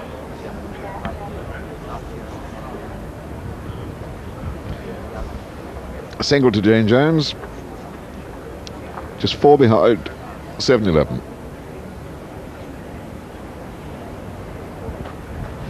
It's very difficult for them, Hugh, because they're in the same county side. They're sisters, pairs, partners. Played each other many times, and they've practiced together over the last few weeks on this green. Played with the same jack, practiced the same marks, and then they play each other. Yeah, it seems a shame in some respects, I suppose, that luck of the draw, or the luck of the draw yeah, pits them together at this stage. It'd be nice to have had them each with a chance of going individually further. Separate halves would have been nice, but they pull the names out of the hat, and that's the way it comes out. So, has Pat improved? Nope, drop short. Both of them coming here with doing great credit to the ladies of Crown Bowls. Pat Davies beating Andy Sykes 21-10, and Jane Jones beating Dr. Glenn Dixon 21-5. And this is the first year 4 ladies have been in, Hugh. It was 3 last couple of years, and then such was the clamour from the public, the bowling press, that the organisers agreed to a 4th lady. And that was Pat for winning the Talbot.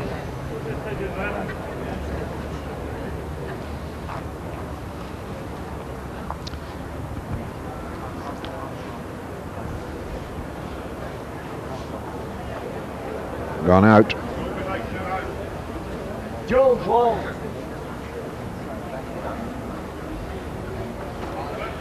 $8-11 off the mat, Jane Jones.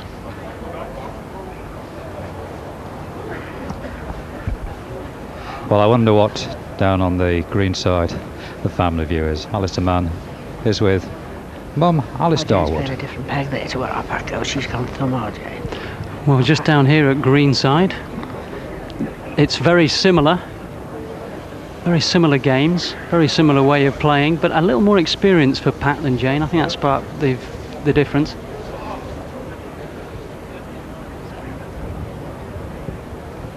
Would you say that Pat's just more experienced than Jane? Perhaps the only difference? That's the only difference. Pat's been bowling a lot longer than Jane. Jane reared her family before she started to play. So Pat's played a lot more competitive bowls than Jane. Jane's only been bowling about 7 years. Pat's been bowling for what? 20. That's the difference. Well, that's the difference down here. Back up to the commentators.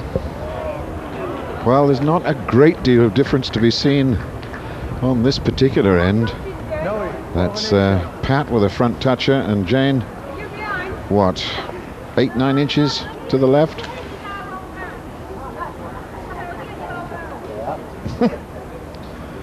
Sister giving sister the total SP on the geographic situation of the bowls.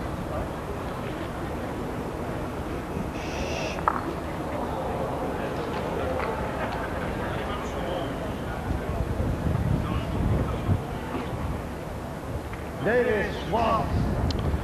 1 to Pat. And 12-8 she leads.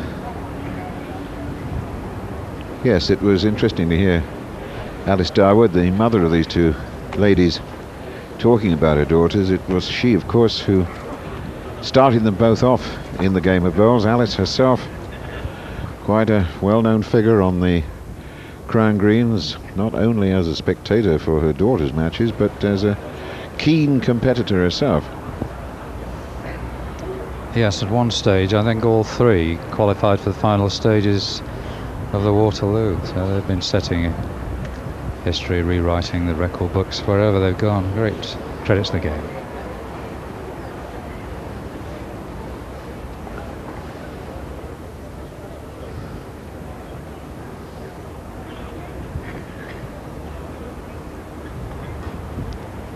Pat now moving into the second half of this match. And unless Jane gets a couple of good ones in fairly quickly, Jane is going to stretch that lead to a very, very convincing margin. That's 2 more she's picked up now, and 14-8 is a substantial lead.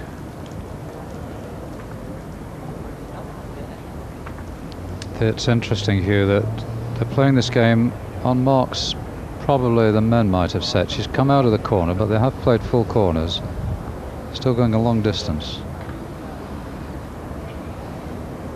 And further reinforcing what Mother Alice said about her daughter Pat just now, you look back and you see in recent years, 88, Pat won 5 majors. 89, she picked up 13 titles. 1990, 12 titles. 91, 9 titles. 92, 8 titles, including the Talbot. And 93, I've got it down for 3, 6, 7 titles already this year. Yes, she usually gets 7 or 8 each season. She got herself a mention in the record books as the outstanding Lady Crown Green bowler of all time. Brian Duncan, of course, the men's.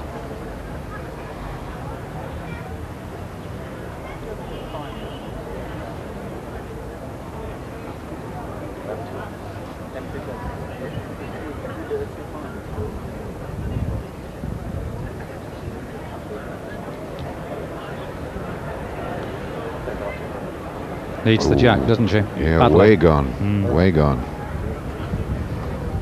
Davies, 1. 1 more to Pat.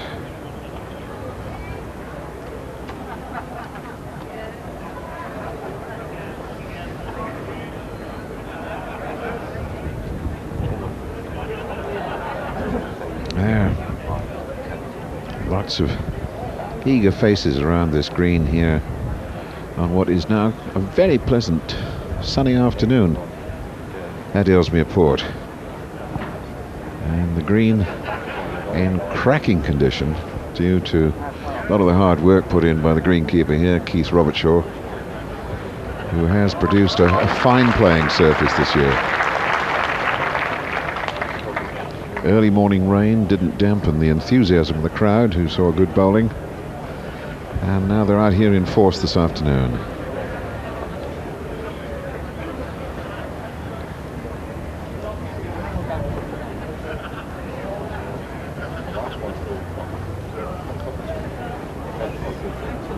You know, we talk about the problems the sisters have, Hugh, in playing each other, but this has been a tremendous performance by Pat. She's bowled some very, very close bowls.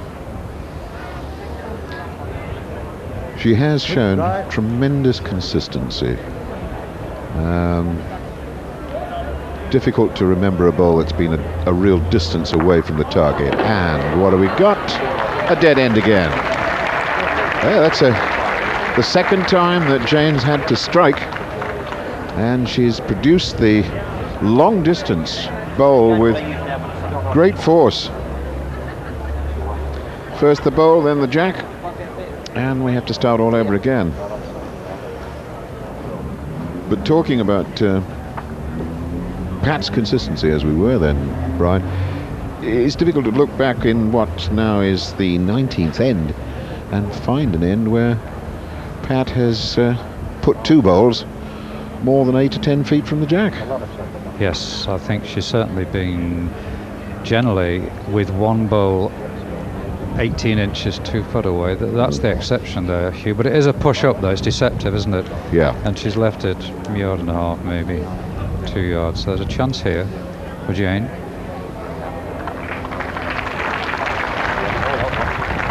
Also a chance to see how what must be recognised as a bit of a veteran of the Crown game, how she compensates for the first bowl. Didn't do it too well that time. Now that's, I would say, the two loosest bowls that Pat has delivered in this entire match. Jane holding one, must surely fancy herself for two. Oh, that's gone out. Gone out by a mile. Jones, 1. Chance for two, rather squandered then. And from the high position here, we'll take another look at the game from Roy Armson at greenside. Yes, they've both played very well. It is a difficult game for them in that sisters, it's always a problem. They want to play with enthusiasm, and but the one thing that is missing, of course, is the killer spirit. And Jane has actually kept herself in the game by 2 brilliant strikes, and that's a credit to her, because ladies are not usually known for the force of their strikes, but she's cleared the end twice, and now she's leading down just about 15 feet from where I'm sat, and she's played a ball just about 2 feet off. But here's Pat coming now, and she's beaten it. Incidentally, down here the temperature's quite warm. It's ideal conditions for playing now, and it'll be interesting to see whether Jane can actually keep herself in the game, Hugh. Well, that bowl, as you will have seen, Roy, tight down on the green, ran on quite a bit, which is an indication that, as you were saying earlier, and as we were observing, Brian and I up here, the green is quickening up by the minute. And Pat Davies scores another 2 there, a very vital 2, 17-19 her lead now. 17-9, and although Pat is the more experienced of these two, it's fair to say that she's been in the Bassmasters twice before, both times beaten in the first round by men, Ken Armitage in 88 and Steve Ellis in 89. That was a very narrow one, 18-21, whereas Jane's only been here once before and got through to the quarterfinals, took out Hazel Pashley in 1991 in the first round, and then with great distinction took care of Mr. Frank Rathall, but went out very narrowly to Stan Frith, a game that Stan remembers now that he was rather happy to have wound up with A very narrow victory, just 2 chalks, 21-19. But both of them have beaten men to reach this stage of the competition this year. And Jane promptly strikes back, having lost 2 in the previous end, picks up 2 in this one. She strikes me here as a bit of a fighter, this Jane. I think she needs a challenge to lift her game, to give her that really keen competitive edge. But she's now 11-17 rather down, so you know, the stage is set, isn't it? There's going to be a comeback. This is it.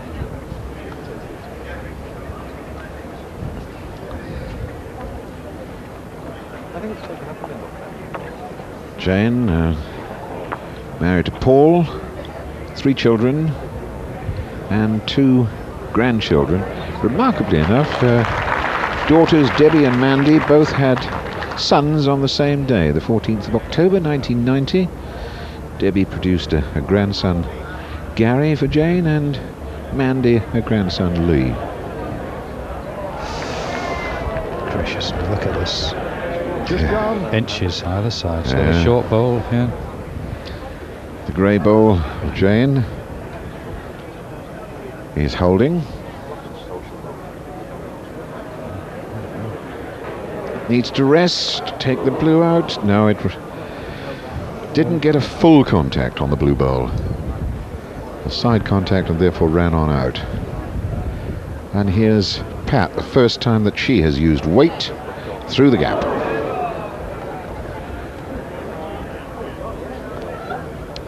So that's 1 for Jane. Jones 1. Well, the gap only 5 chalks now.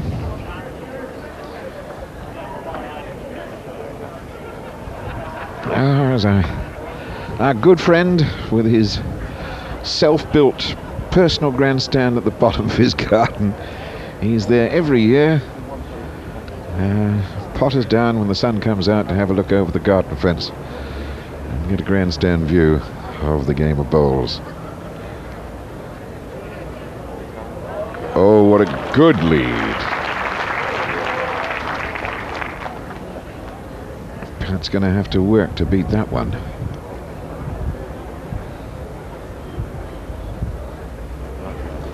There is a slight difference in bowls. Hugh, Pat's 2-10, Jane 2-8. So Pat is using the sort of bowls men would use. Playing a very tough game. Beats men regularly in competition. Look at this though.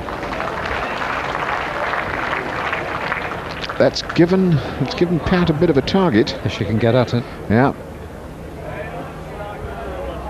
She's got to hit something. Got 1.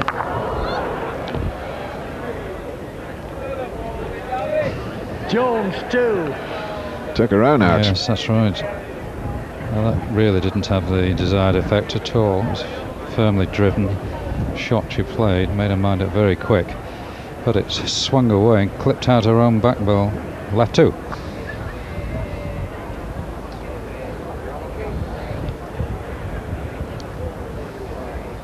Well, there's only 3 chalks in it now.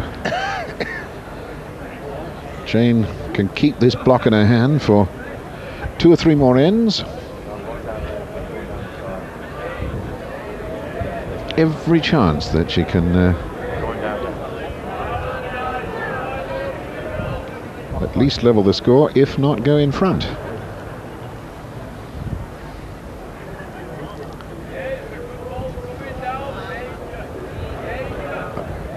Oh, yes.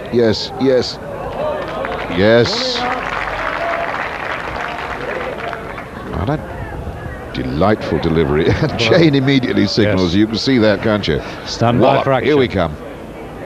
Oh, no. Got it away too soon. Made up her mind, but didn't really stay on the mat long enough to get the full picture in her mind. That could almost cost her the game, Hugh, because if she sticks another in now, Pat surely is very close to a win.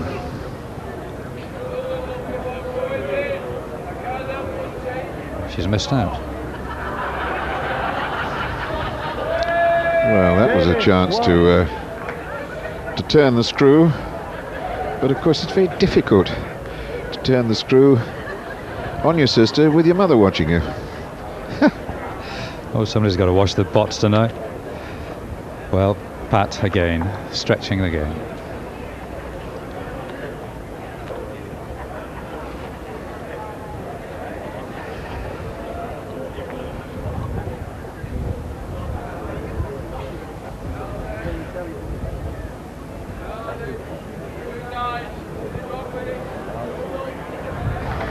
Oh, what a fine delivery.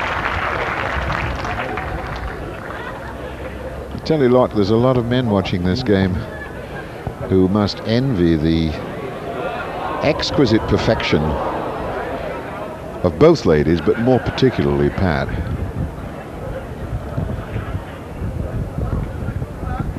I mean, that is a fair length block that she's bowling to, Brian. Yes, it is. Her leading has been very impressive. This time her second bowl is good. She's as good as a man player, you know. The pressure is different out there today. It's obviously not as intense. But if they are relaxing, then it's not stopping them playing good bowls. Look at this. Look at that. What a cracker. 2 against her, and Jane produces the winner. Classic end, whether it's men's or ladies' bowls we're playing. Look at the work on this. Absolutely right. Nudge one out and just settle. Good bowl. Well, Roy, you've just seen a cracking end played at long distance, and they're coming towards you now. You're going to get a really good close-up view. Perhaps of some more very tight bowling, I wonder. Yes, they're about 15 feet away from me now, and Jane's come finger peg, round peg, bias towards the ditch, but not a good lead. It's 7 feet off. I feel pretty certain that Pat will beat that. Coming off the top now, struggling, and just going to pass it. Still a long way off. Jane's sure to improve upon that. Well, as coming down, Roy said. Oh, and Jane's even worse with her second bowl than she is with her first. And this is a certain 2 for Pat Davies. It is. Has to be.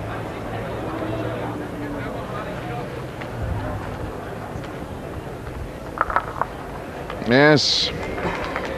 Oh dear. Well, that was a disaster end.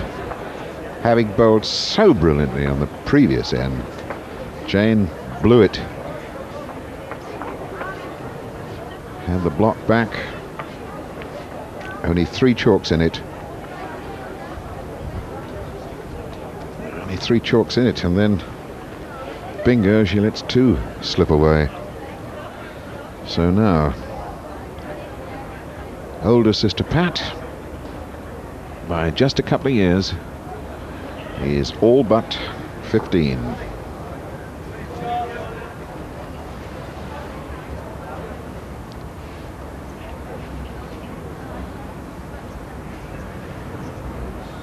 Jane, a straight peg, but died.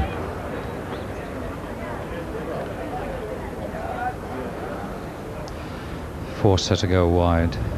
Her original bowl, first bowl, I thought was on the land. It's going to be very difficult to get anywhere near the jack now unless they try and follow that first line, which was absolutely right. Yes, I think that bowl that stopped short is causing problems. Now she can promotion. shut it. I think that's the end of the ball game. That looks like a single that Pat requires. Handshake and a kiss between the 2 sisters, and it's Pat Davies who is in front. She has won it 21-15. We're going to take a break now. We'll be back with more bowls in just a moment.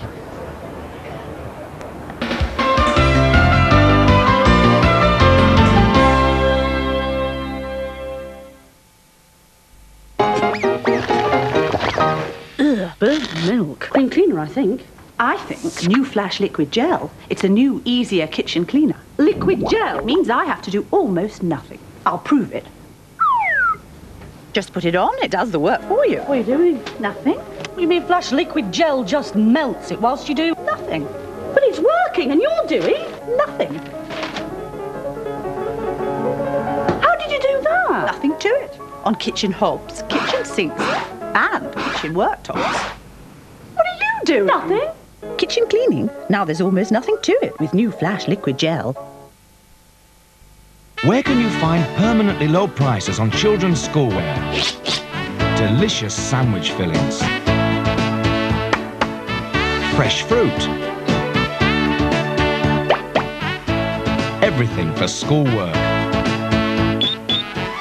And refreshing drinks. At Asda, where prices are constantly checked to keep them low. That's Asda price.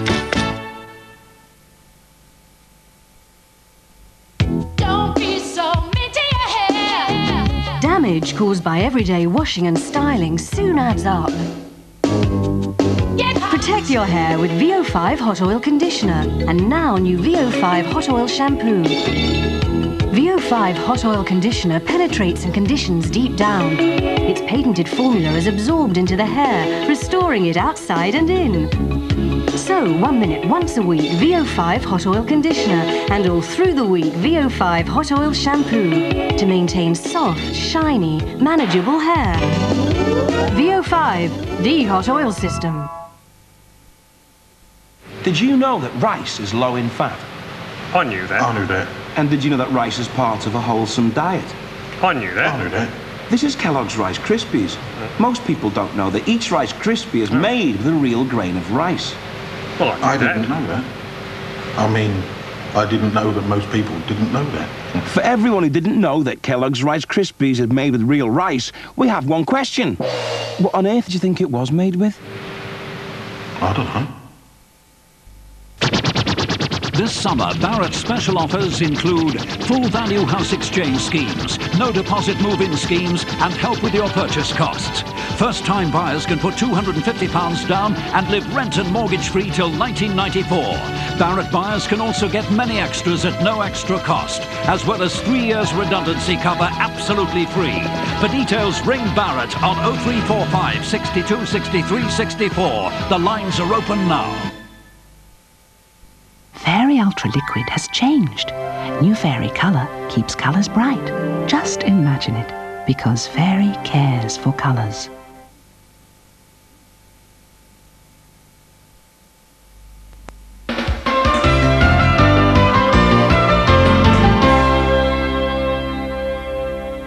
Welcome back. Well, in the second round match of the Devoted Sisters, it's Pat through to the quarter-finals. And am I right in saying that you didn't actually enjoy that out there, you two? Very much so. We knew we weren't going to enjoy it before we stepped on the green, but you know, the draw's a draw and you have to get on there and just perform, and that's what we did really, just perform.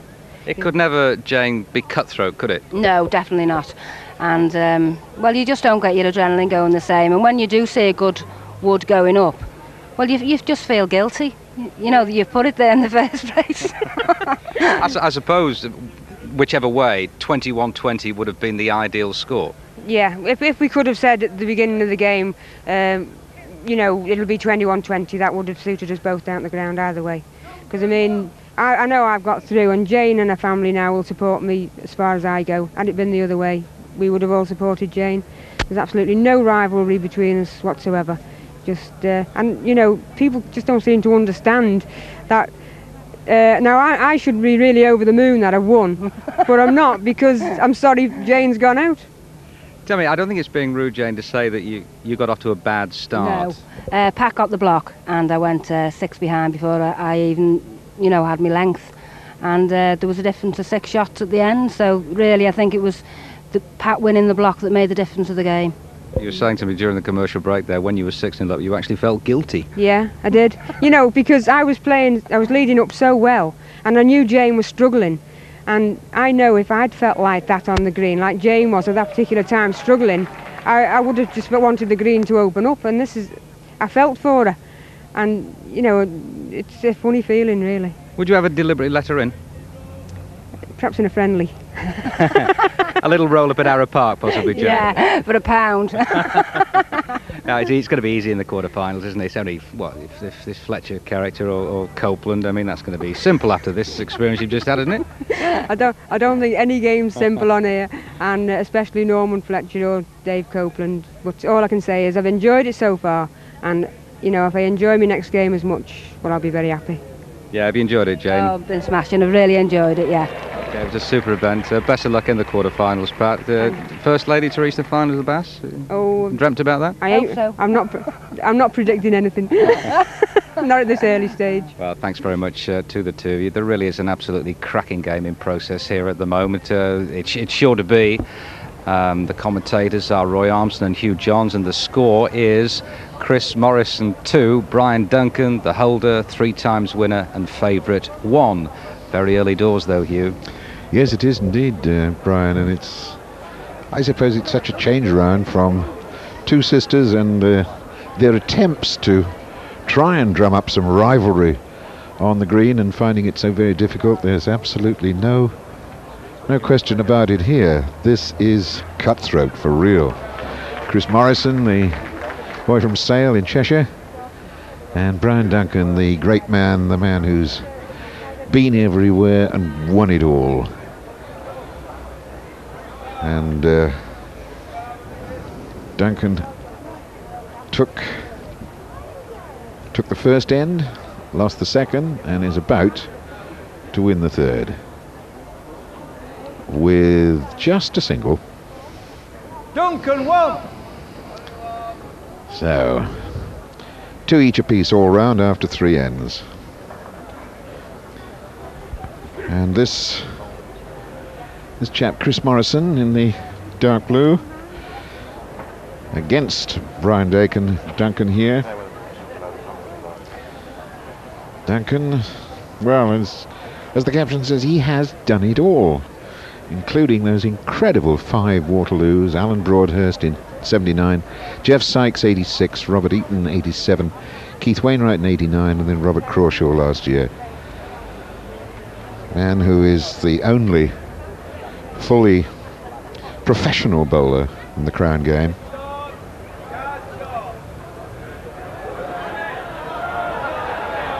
And Chris Morrison about to bowl now. Man who modelled his style on my commentary partner here, Roy Armstrong. Yes, that's right, Hugh. Many years ago now, about 17 years ago, when I was competing in the Whitbread Classic, actually on the Wirral, quite close by here, Chris used to make sure that he refereed all my matches and kept me behind, buy me half a pint of mild beer and asked me all kinds of questions. And he became quite a good player in his own right, but he did some of the things that I used to do, and the locals chipped at him, and at one time they called him Young Armstrong. But he's got over that now. He's now developed his own style, and he's now a really good player, a champion in his own right. He is Chris Morrison. Well, the game will be going on, the scores will be going up, only a couple of them while we take a break, and we'll be back with the scores in a moment.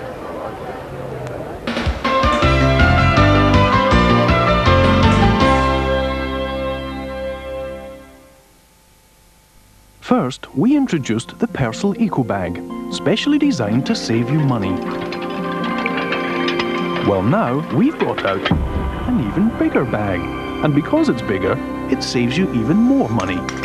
The new Purcell Eco Bag. Bigger bag, bigger savings. Pain like this could mean you have sensitive teeth. But here's a solution. McLean Sensitive.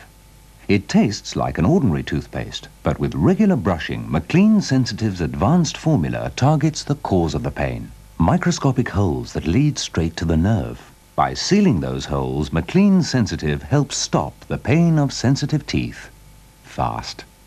McLean Sensitive seals the holes, relieves the pain. Oat bran Oat bran may help reduce cholesterol.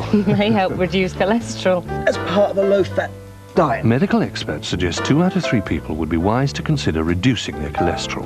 So it's common sense to care about what you eat. Couldn't someone in your life use a little common sense? When the problem is indigestion, you want relief that works, and works fast.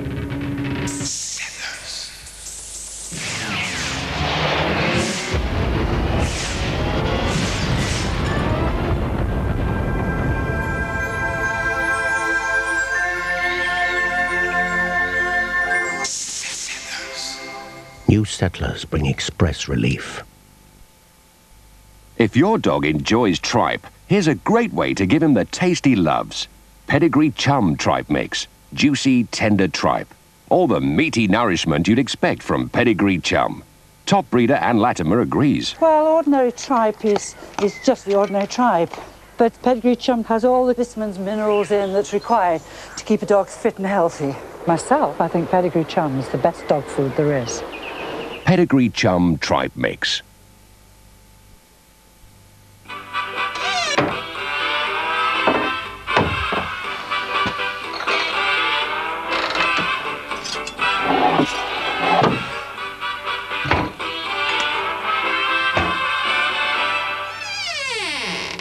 For DIY, Woolworths is right up your street. And if I get there, I've got to win.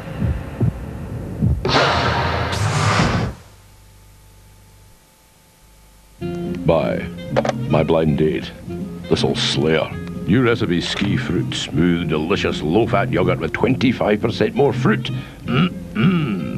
I told her I looked like Mel Gibson. Well, in truth, he's darker with less hair. Huh. Ski fruit. Feel one today.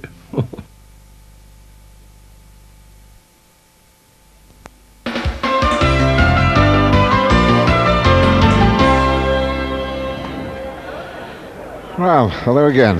You've actually missed very little. 4 bowls have been delivered since you left us, and we're now measuring to find out whether Brian Duncan has a single here or a double. It's taken them some long time to find the right strings and sort it out. Duncan won! And it winds up as a single. A fairly untidy piece of measuring, I have to say. A single, 4-2, Brian Duncan's advantage. As the green now bathed in bright sunshine. Clouds have lifted.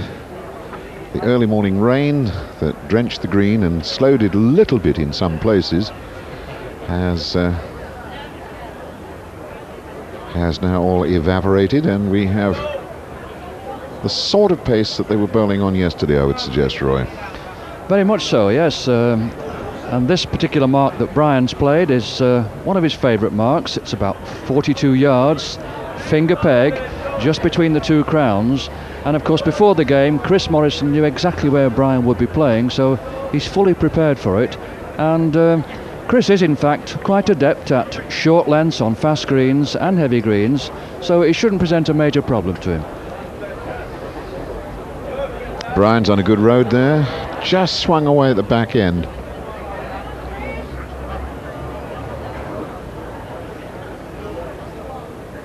It's an end that probably still has to be won. If that's got the legs, it could do it.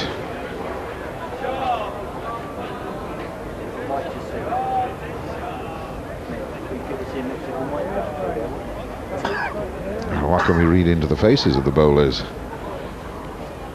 Not much to be learnt from Chris's face. Morrison won! Well, he did pick up a single.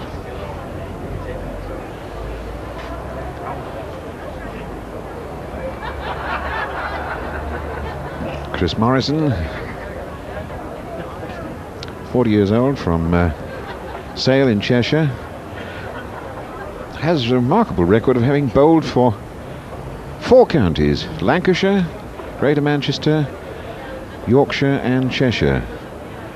He's in the Championship Yorkshire team in 85 and 86, and runners-up in the Greater Manchester side in 87 when they lost out to Lancashire. And his family here to support him, wife Anne, sons Peter and Andrew. So he's got good family support and a fair amount of support around the green, particularly by those people who like to go for the outsider with the bookies.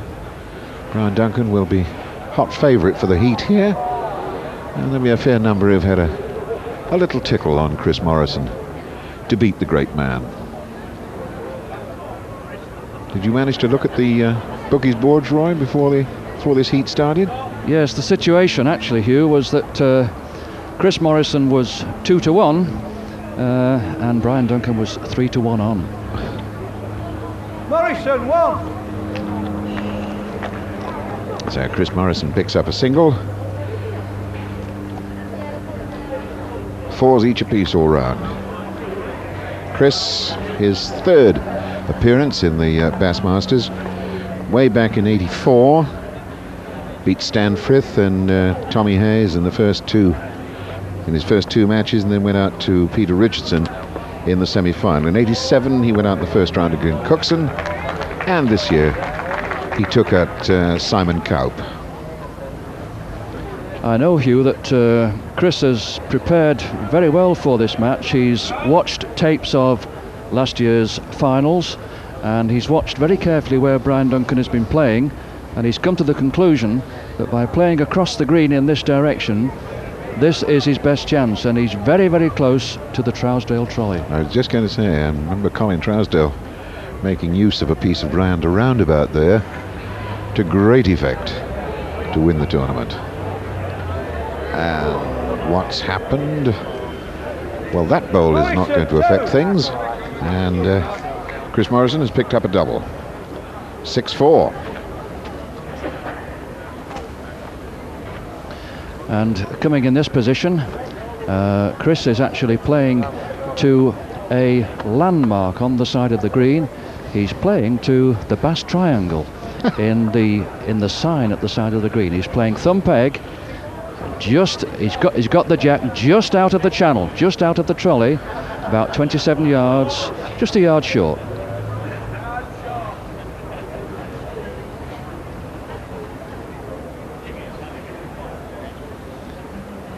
Brian is in. Yes. Brian Duncan just about a bowl through on a length.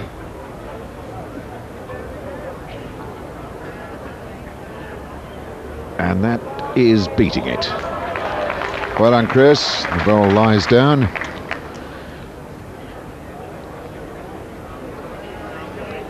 More weight here. Has he got a contact? Oh, got the gap. Morrison, 1. I noticed Chris have a glance up into the commentary position here then to see if Roy had a smile of encouragement for him. Well, I know that there's no bigger admirer of Brian Duncan than Chris. He's got a real healthy respect for him, but he was looking forward to playing him, and he certainly wasn't frightened of playing him, just hoping to play well.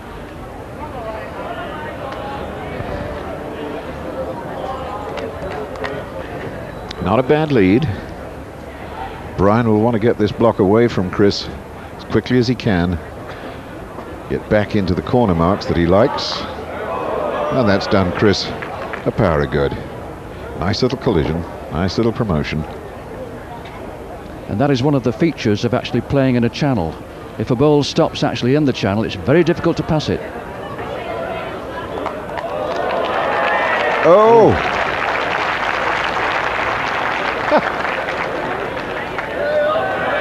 High up, short mark, and Brian puts the hammer in. Full miss, and 2 more to Chris Morrison. Morrison, 2. Well, I think the advice from up here to Chris Morrison is get him while you can, Chris. Because the more chalks you get against Brian Duncan, the more the gritty determination of this man starts to fester into, I'll show him.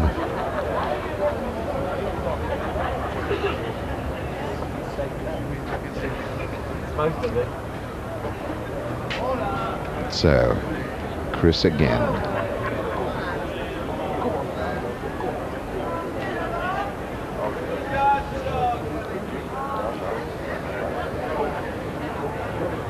Chris short, and he's going to be... Thought he was going to get a promotion then, but no. Chris has got to get one in there again because Brian is counting at this moment. Hits his own bowl, turns it over, what, 2-3 times.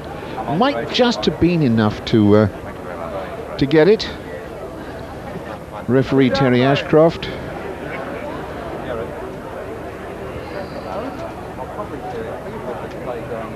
Records that it could be 2 at this moment. That could change.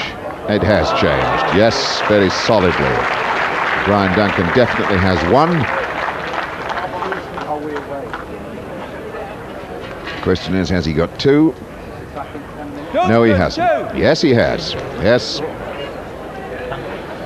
6-9.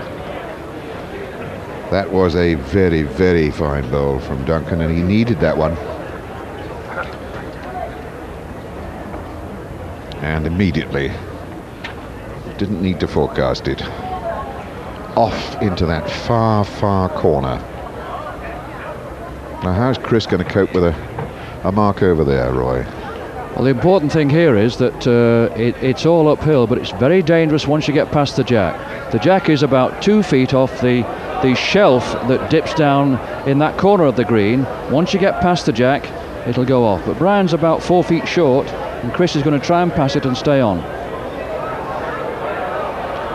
He's past it. Can he stay on? Can he stay on? No, it picks up pace at the back end of its travel, and away she goes.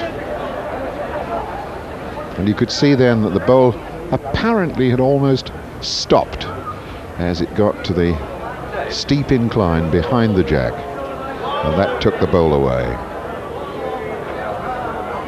Will the same happen to this one? No, it stayed. It stayed. So he's counting 2 here. And it's going to be very difficult for Chris to count this end. No, he's taken far too much off his second bowl. So Brian Duncan not only has the 2 that he wanted, or at least got the block that he wanted, because he's counting 2 and is in a position then to fire way across the green down into the corner down below us.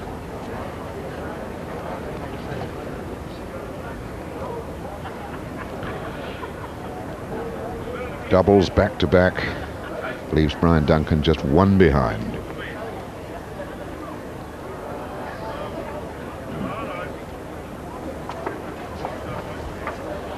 The block no more than 5 feet, 6 feet away from the ditch, in a position that anything that's a little bit pacey will go into the ditch. Chris's line looks very good.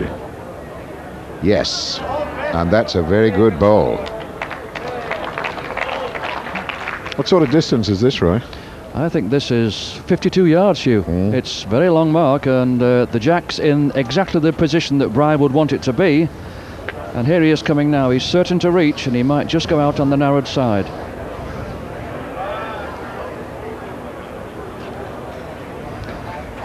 Well, there's not much in that. If I had to put a bet, I would say the blue bowl. Just like yours, Chris. Terry Ashcroft fancies the blue bowl. So Chris at least, I think, has got the block back. Is he getting it back with 1, or is he getting it back with 2? 1 only, unless Brian asks for a measure. Morrison, 1. 1 it is. So Chris Morrison takes a 10-8 lead, but more importantly has the block back and will...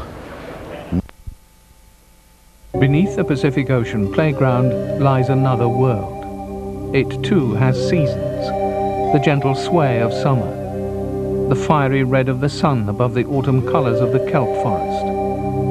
where otters anchor against the oncoming winter currents, where sharks bask and seals fall in love. Seasons of the Sea, a survival special, tonight at 9.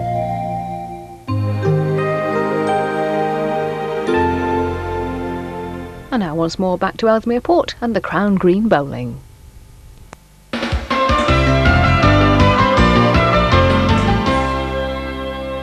Well, welcome back to the Woodlands.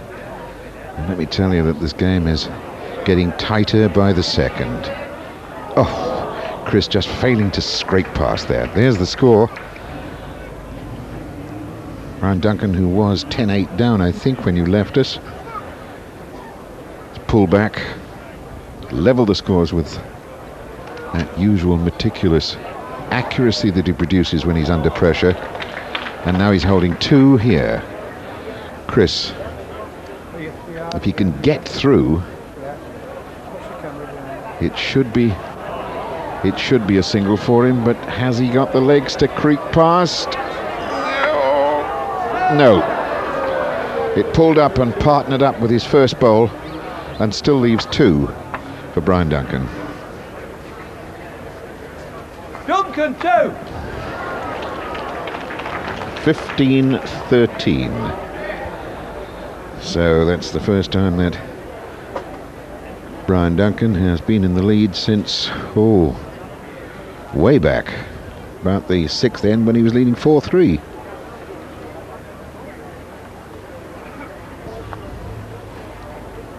And those knowledgeable Crown bowlers watching in your armchairs at home will have noticed that Brian Duncan is now playing a very different mark to the one that you were seeing when you left us. Then he was trying for the corners.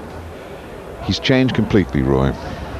Yes, this is a mark that Brian used successfully last year when he won the championship. It's a mark he perfected when he played against his pairs partner Norman Fletcher, who he always gives respect to in the corners, and it's probably a credit to Chris that he's done the same thing. He's come out of the corners here and gone on this mark once again.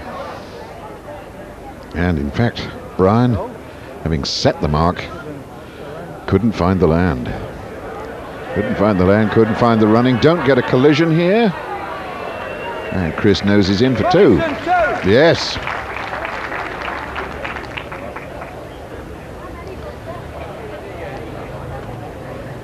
Well, as my old grandmother used to say, 1 more each and they're level. 15 across. And Chris is going to persist with his battle plan to play Brian across the green. He's playing thumb peg now, just between the 2 crowns, to the downhill part of the green, playing about 30 yards. Stay. Stay. Sit.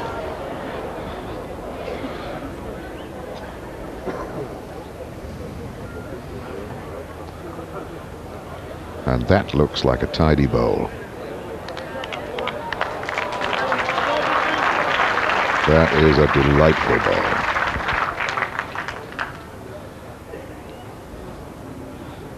Looking very much as though Chris has lost this block. First one too long, and the second one got the land all wrong. So Brian Duncan will get that block back. Does he get it back with 1 or does he get it back with 2? 1 only. Terry Ashcroft waiting Duncan 1 to see that Brian agrees. 16-15. Brian Duncan leads. Brian Duncan, the 3 times Bassmasters champion. 84, 90, and of course he is now the defending champion. And in fact, Hugh, these 2 will be good pals after the game's over, irrespective of what happens, because when Brian Duncan won the championship in 1984, he actually won it with a pair of bowls that he borrowed from Chris Morrison.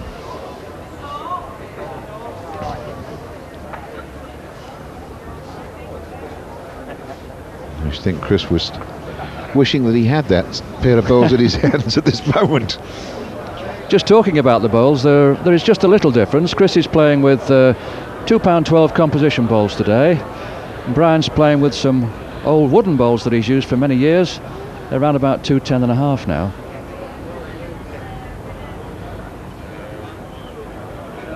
And they're running sweet for him. He's on for 2 there. And Chris really does need to at least cut the count down, if nothing more. In with a great shout. In with a great shout. Unlucky. Duncan, Saves 1. That was important. Keeps the gap down to 3. 2 rather. Well, the family of Chris Morrison a little on edge at the moment. Anne and the 2 boys, Peter and Andrew, watching Dad desperately try to remove one of the finest bowlers that Crown Bowls has ever seen from this marvellous tournament.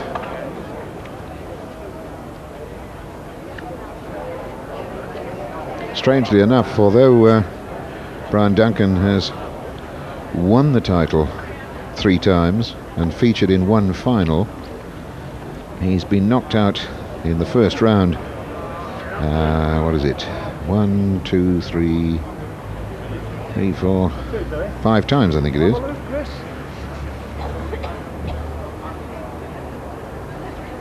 But only once has he been knocked out in the second round.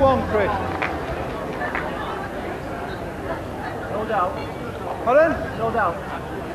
Well, I don't think there is, but...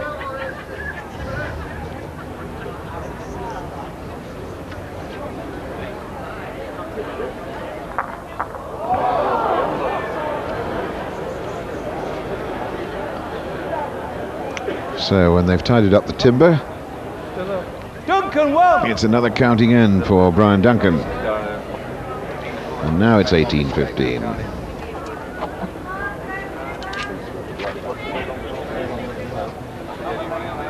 Chris Morrison must get that block back in his hands now.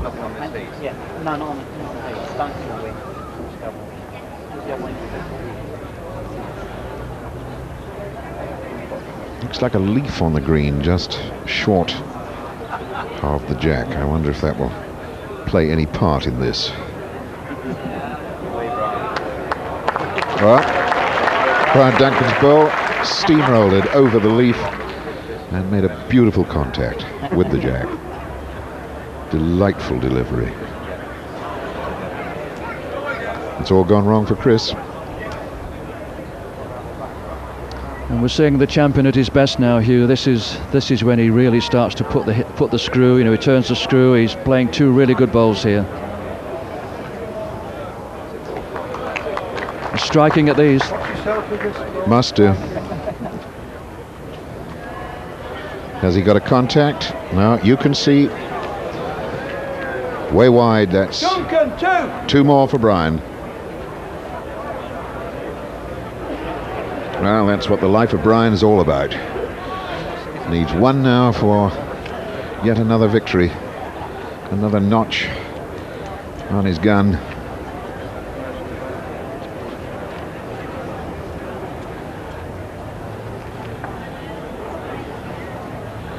Again, another curly mark, thumb peg mark, with the bias towards the ditch.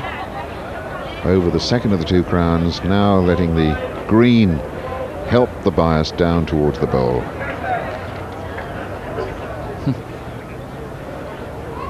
And Brian shaking his head there, Hugh. He thought he'd played a really good bowl. He couldn't understand the way it hung back. But it's all uphill here. He's caught Chris in the trap.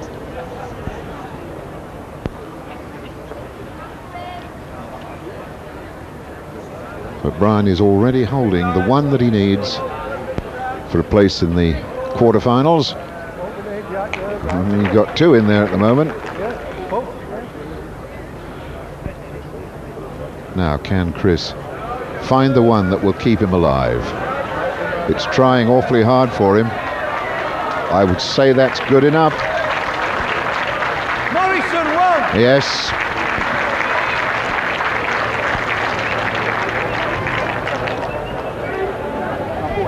And now the pressure and the tension piles high on Chris Morrison's shoulders. 9 years younger than Brian Duncan.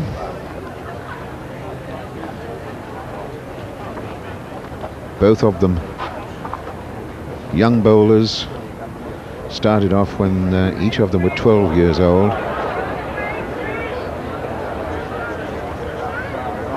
And Chris did not get the telling lead bowl on target. Leaves plenty of space for Brian to roll in. And once again, the pressure's on Chris. He has got to get an unbeatable bowl here. Otherwise, Brian won't even need to bother to bowl his last one. He's knocked the grey ball out, but there's plenty of room for Brian to drop down and pick up just the one that he wants.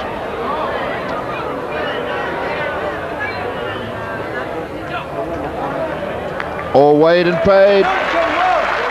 Brian Duncan just watched that one coast down the hill to within 2 feet of the jack. Picks up the single that he wanted. Take out a very hard-working and well-balanced bowler in Chris Morrison, but his best just wasn't good enough to take out the defending champion, the great master, Brian Duncan. Once again, the great man goes through and makes progress in this marvellous Bassmasters competition. And after that 21-16 win over Chris Morrison, he's down there with Elton Wellesby. Thanks, Hugh. Well done, Brian. You had to draw on all your experience and resources there, didn't you? Well, I did. I couldn't believe how heavy the green was in comparison to yesterday. I know we had all the rain like, but I think both myself and Chris played some short balls. I said to you, well, just a few ends ago when you were down here, good lead, Brian, and you said, about time. Well, it was really, wasn't it? I think that's where probably let myself down, especially early on. I couldn't make a lead, and when I was going in the corners where I was usually playing reasonably close, I was like 1 yard and 4 feet off, and Chris kept getting in, so I thought I've just got to try something different. Chris got away from you early on as well, didn't he? I think he was about 9-4 up actually across the middle of the green, and I think I was a bit fortunate down here. I might have just stopped in, I might have just gone out, but I picked the jack up and made 2 and just got him back in the game. Well, it's certainly the toughest game for quite some time here, isn't it? It did, aye. Well, it is really, but I think we're both in the same boat really. We both played short balls, a lot of short balls, which is just the way it goes. Okay, the quality of the game then, just to sum up as far as you're concerned, not great, possibly because of the green, but in terms of commitment and professionalism, not bad. Oh, we both got stuck in, obviously. We both want to, and I mean, you can't blame the green because it's rained. I mean, you just adapt yourself to the green, but unfortunately, we both played a few short balls. Of course, you've got N Skidmore next, who I don't think you've ever played before. He's here, by the way. Have you met? Brian? You must shake him. I'd rather forget it. Oh, of course, the 100% record. Yeah, 1 out of 1 so far, yeah. But we'll do battle again tomorrow and see what happens. So what do you think about playing Brian, the number one, the main man, on a tournament such as this? Well, the biggest tournament and the best player to play, but haven't had it easy so far, but so far so good, and we'll see how it goes tomorrow. I think it's fair to say, Nick, there are no easy games in the Bassmasters. That's right, every game's a hard game. What about playing young man Brian, 20 years of age? Wish I were 20 years of age, but he's been playing very well. I mean, he beat me at Blackpool in the Champion of Champions. He played very well there, so it's just all tomorrow. I mean, hopefully I would think I'll have to play better than I played today, but you never know. Nick might play worse. Just one final comment on Nick, who's a first timer here at the Bassmasters. The National Under-25 Flat Indoor Champion, obviously a bowler not only on the crown but on the flat of enormous potential, arguably one of the most versatile bowlers in the country. Well, that's right. I mean, there's Nick, and I think he's done very well. Richard Britton's done well at both codes, like, and David Holt. David Holt from Blackpool, who really was more of a flat green than a crown green bowler, and they've all done very well. It just shows the flat green bowlers that if the crown green bowlers get stuck in, they can certainly perform. Thanks, Brian, and well done again. You realise he's not going to do you any favours tomorrow, Nick, don't you? I know that, yeah. Doesn't need saying, does it? All right, well, thanks very much indeed to Nick and to Brian again. Well done. The favourite through to the quarter-finals where he'll play N Skidmore. We'll be back with more bowls right after the break.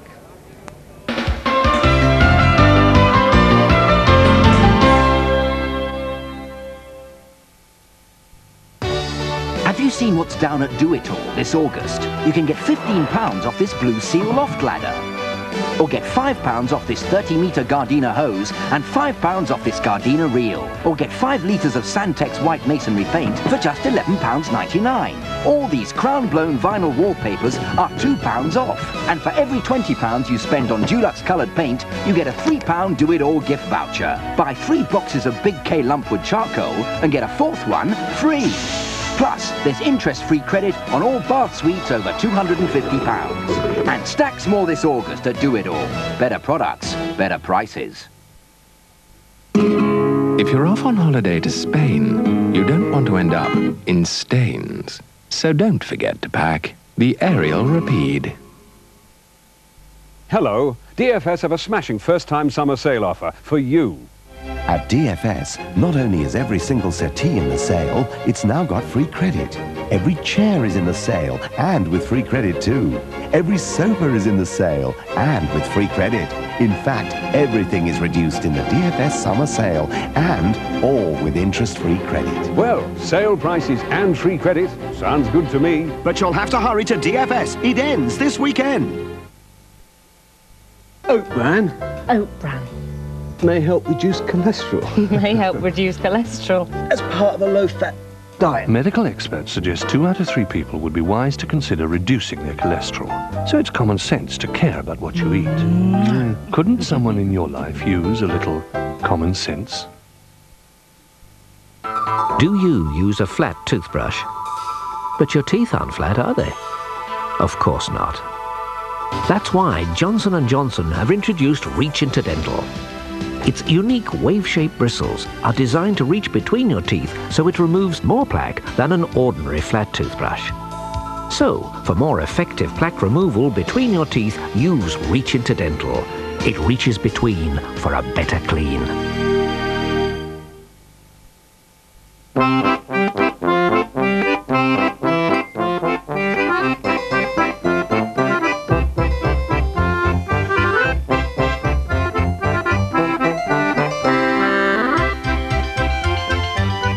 New Heinz sandwich fillers. Splendid sandwiches in seconds.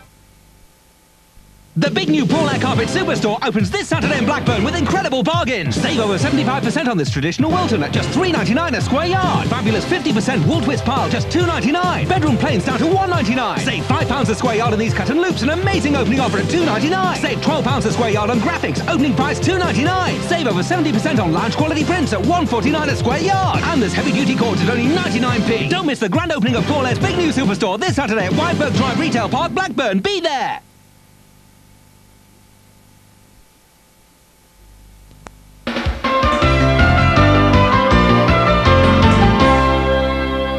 So the top man is through to the quarter-finals in pursuit of his 4th Bassmasters title, the one and only Brian Duncan. Let's have a look at the second round scores so far. N Skidmore through, he'll play Duncan in the quarter-finals, and Pat Davies beating sister Jane 21-15.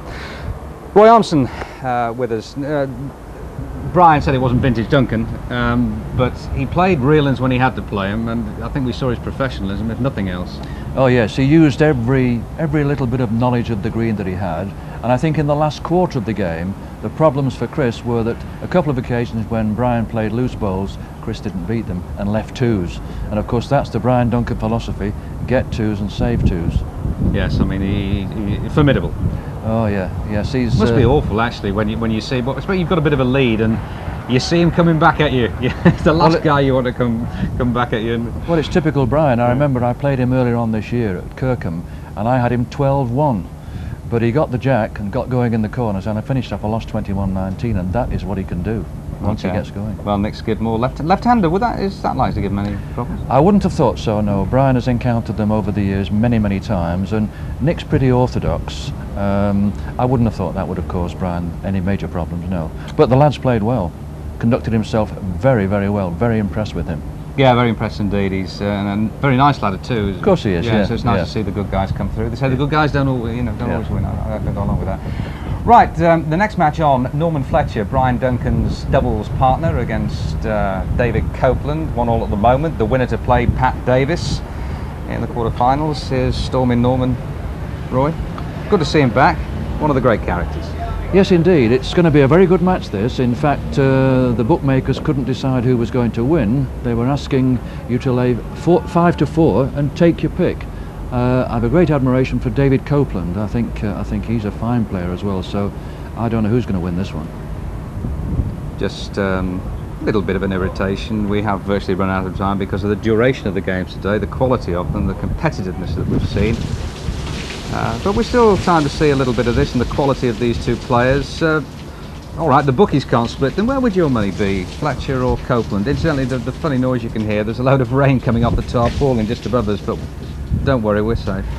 Well, I feel that the last time that David Copeland was here, he had a very close call with Brian Duncan in the semi-final, and in point of fact, I think he really should have won that game. He only played one bowl incorrectly, and he knocked Brian in when the score was 18-13.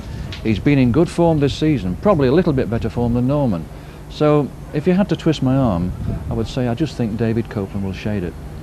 Okay, well, it's just the start of a new end. Copeland leading 2-1. Hugh, I think, is that right? Yes, that's the exact score. Elton, 2-1 to David Copeland. And as usual, the weather so strangely changeable. I think you saw the Duncan Fletcher Chris Morrison game in bright sunshine.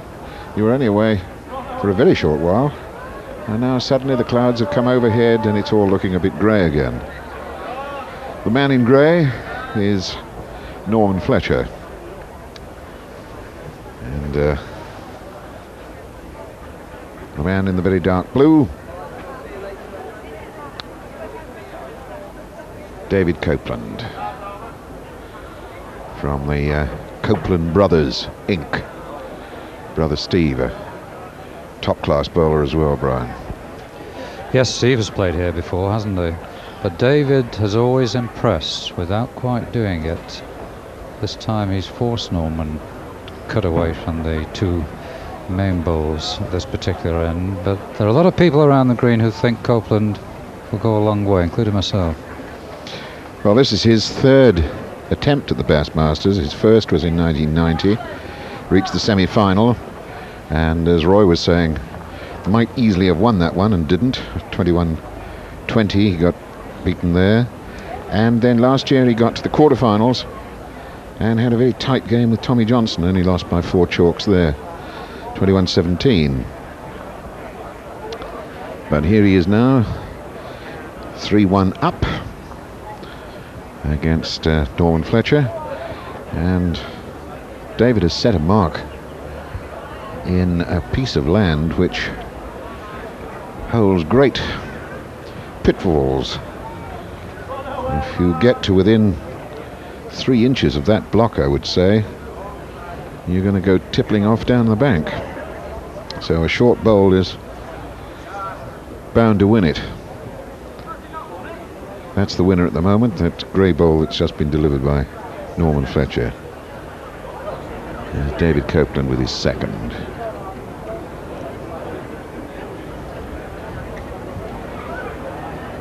Now the road is very good and the weight is perfect. That's a difficult bowl to beat, and I don't think Norman will even try. I think he'll probably knock it off the green. Yes, that's what he was waiting for. Coming with weight after the bowl. Very nearly took Mary Ashcroft's foot off there with that. I'll have to start wearing some pads, I think. Ferocious Fletcher. Absolutely. And that's just where it hit Mary Ashcroft's foot there. So, the end product is another single for David Copeland. 4-1 his advantage. David from the Oldham district, from Chatterton, and Norman nowadays up on the north shore of Blackpool.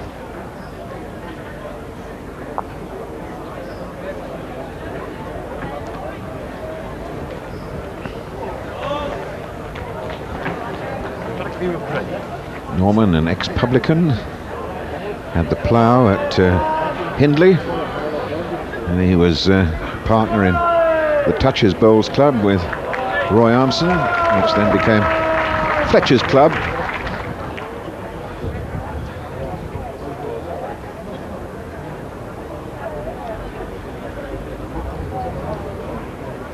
David, oh, well out and below.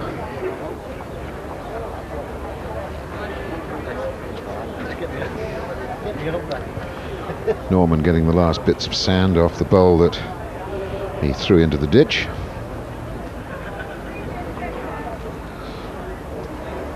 He's got a tidy line here, all about running, and oh yes, 2.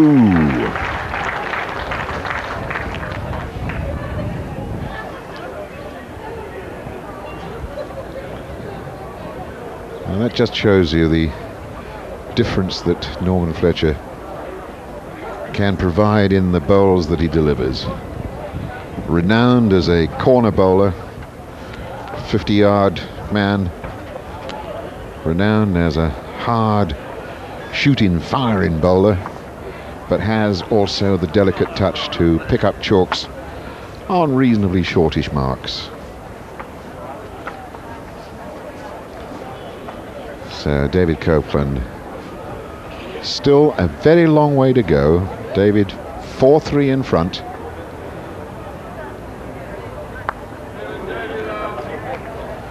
Got a good bowl there.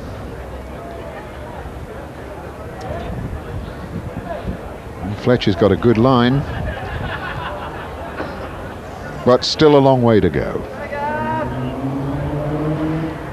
Well, nothing much in this one between David Copeland and Norman Fletcher. You'll be able to find out how it finishes in the Granada News at 6:25.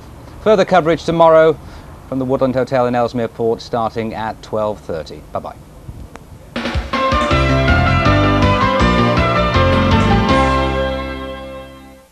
Look, it's Norman Wisdom. You know how he makes you laugh. I defy anyone to make me laugh. Norman Wisdom tells his amazing story of becoming Britain's most successful clown. Got a bit of a limp, haven't you? The physical skills he'd developed for his variety work made Wisdom the most successful clown in British cinema.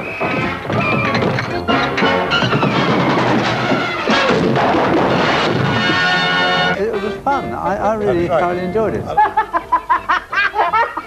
Norman Wisdom, The South Bank Show, Sunday at 10:35. In CITV, it's circus time for the Ratties. Bangers and Mash meet Boris the Bull, and it's nearly the end of the line for the Wail of the Banshee.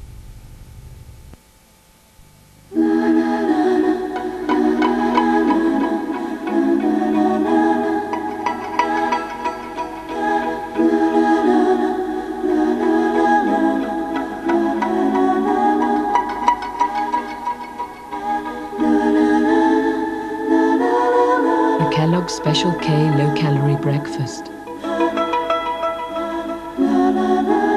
Get the taste, get the shape. The big new Paul Carpet Superstore opens this Saturday in Blackburn with incredible bargains. Save over 75% on this traditional Wilton at just $3.99 a square yard. Fabulous 50% wool twist pile, just $2.99. Bedroom planes down to $1.99. Save £5 a square yard on these cut and loops. An amazing opening offer.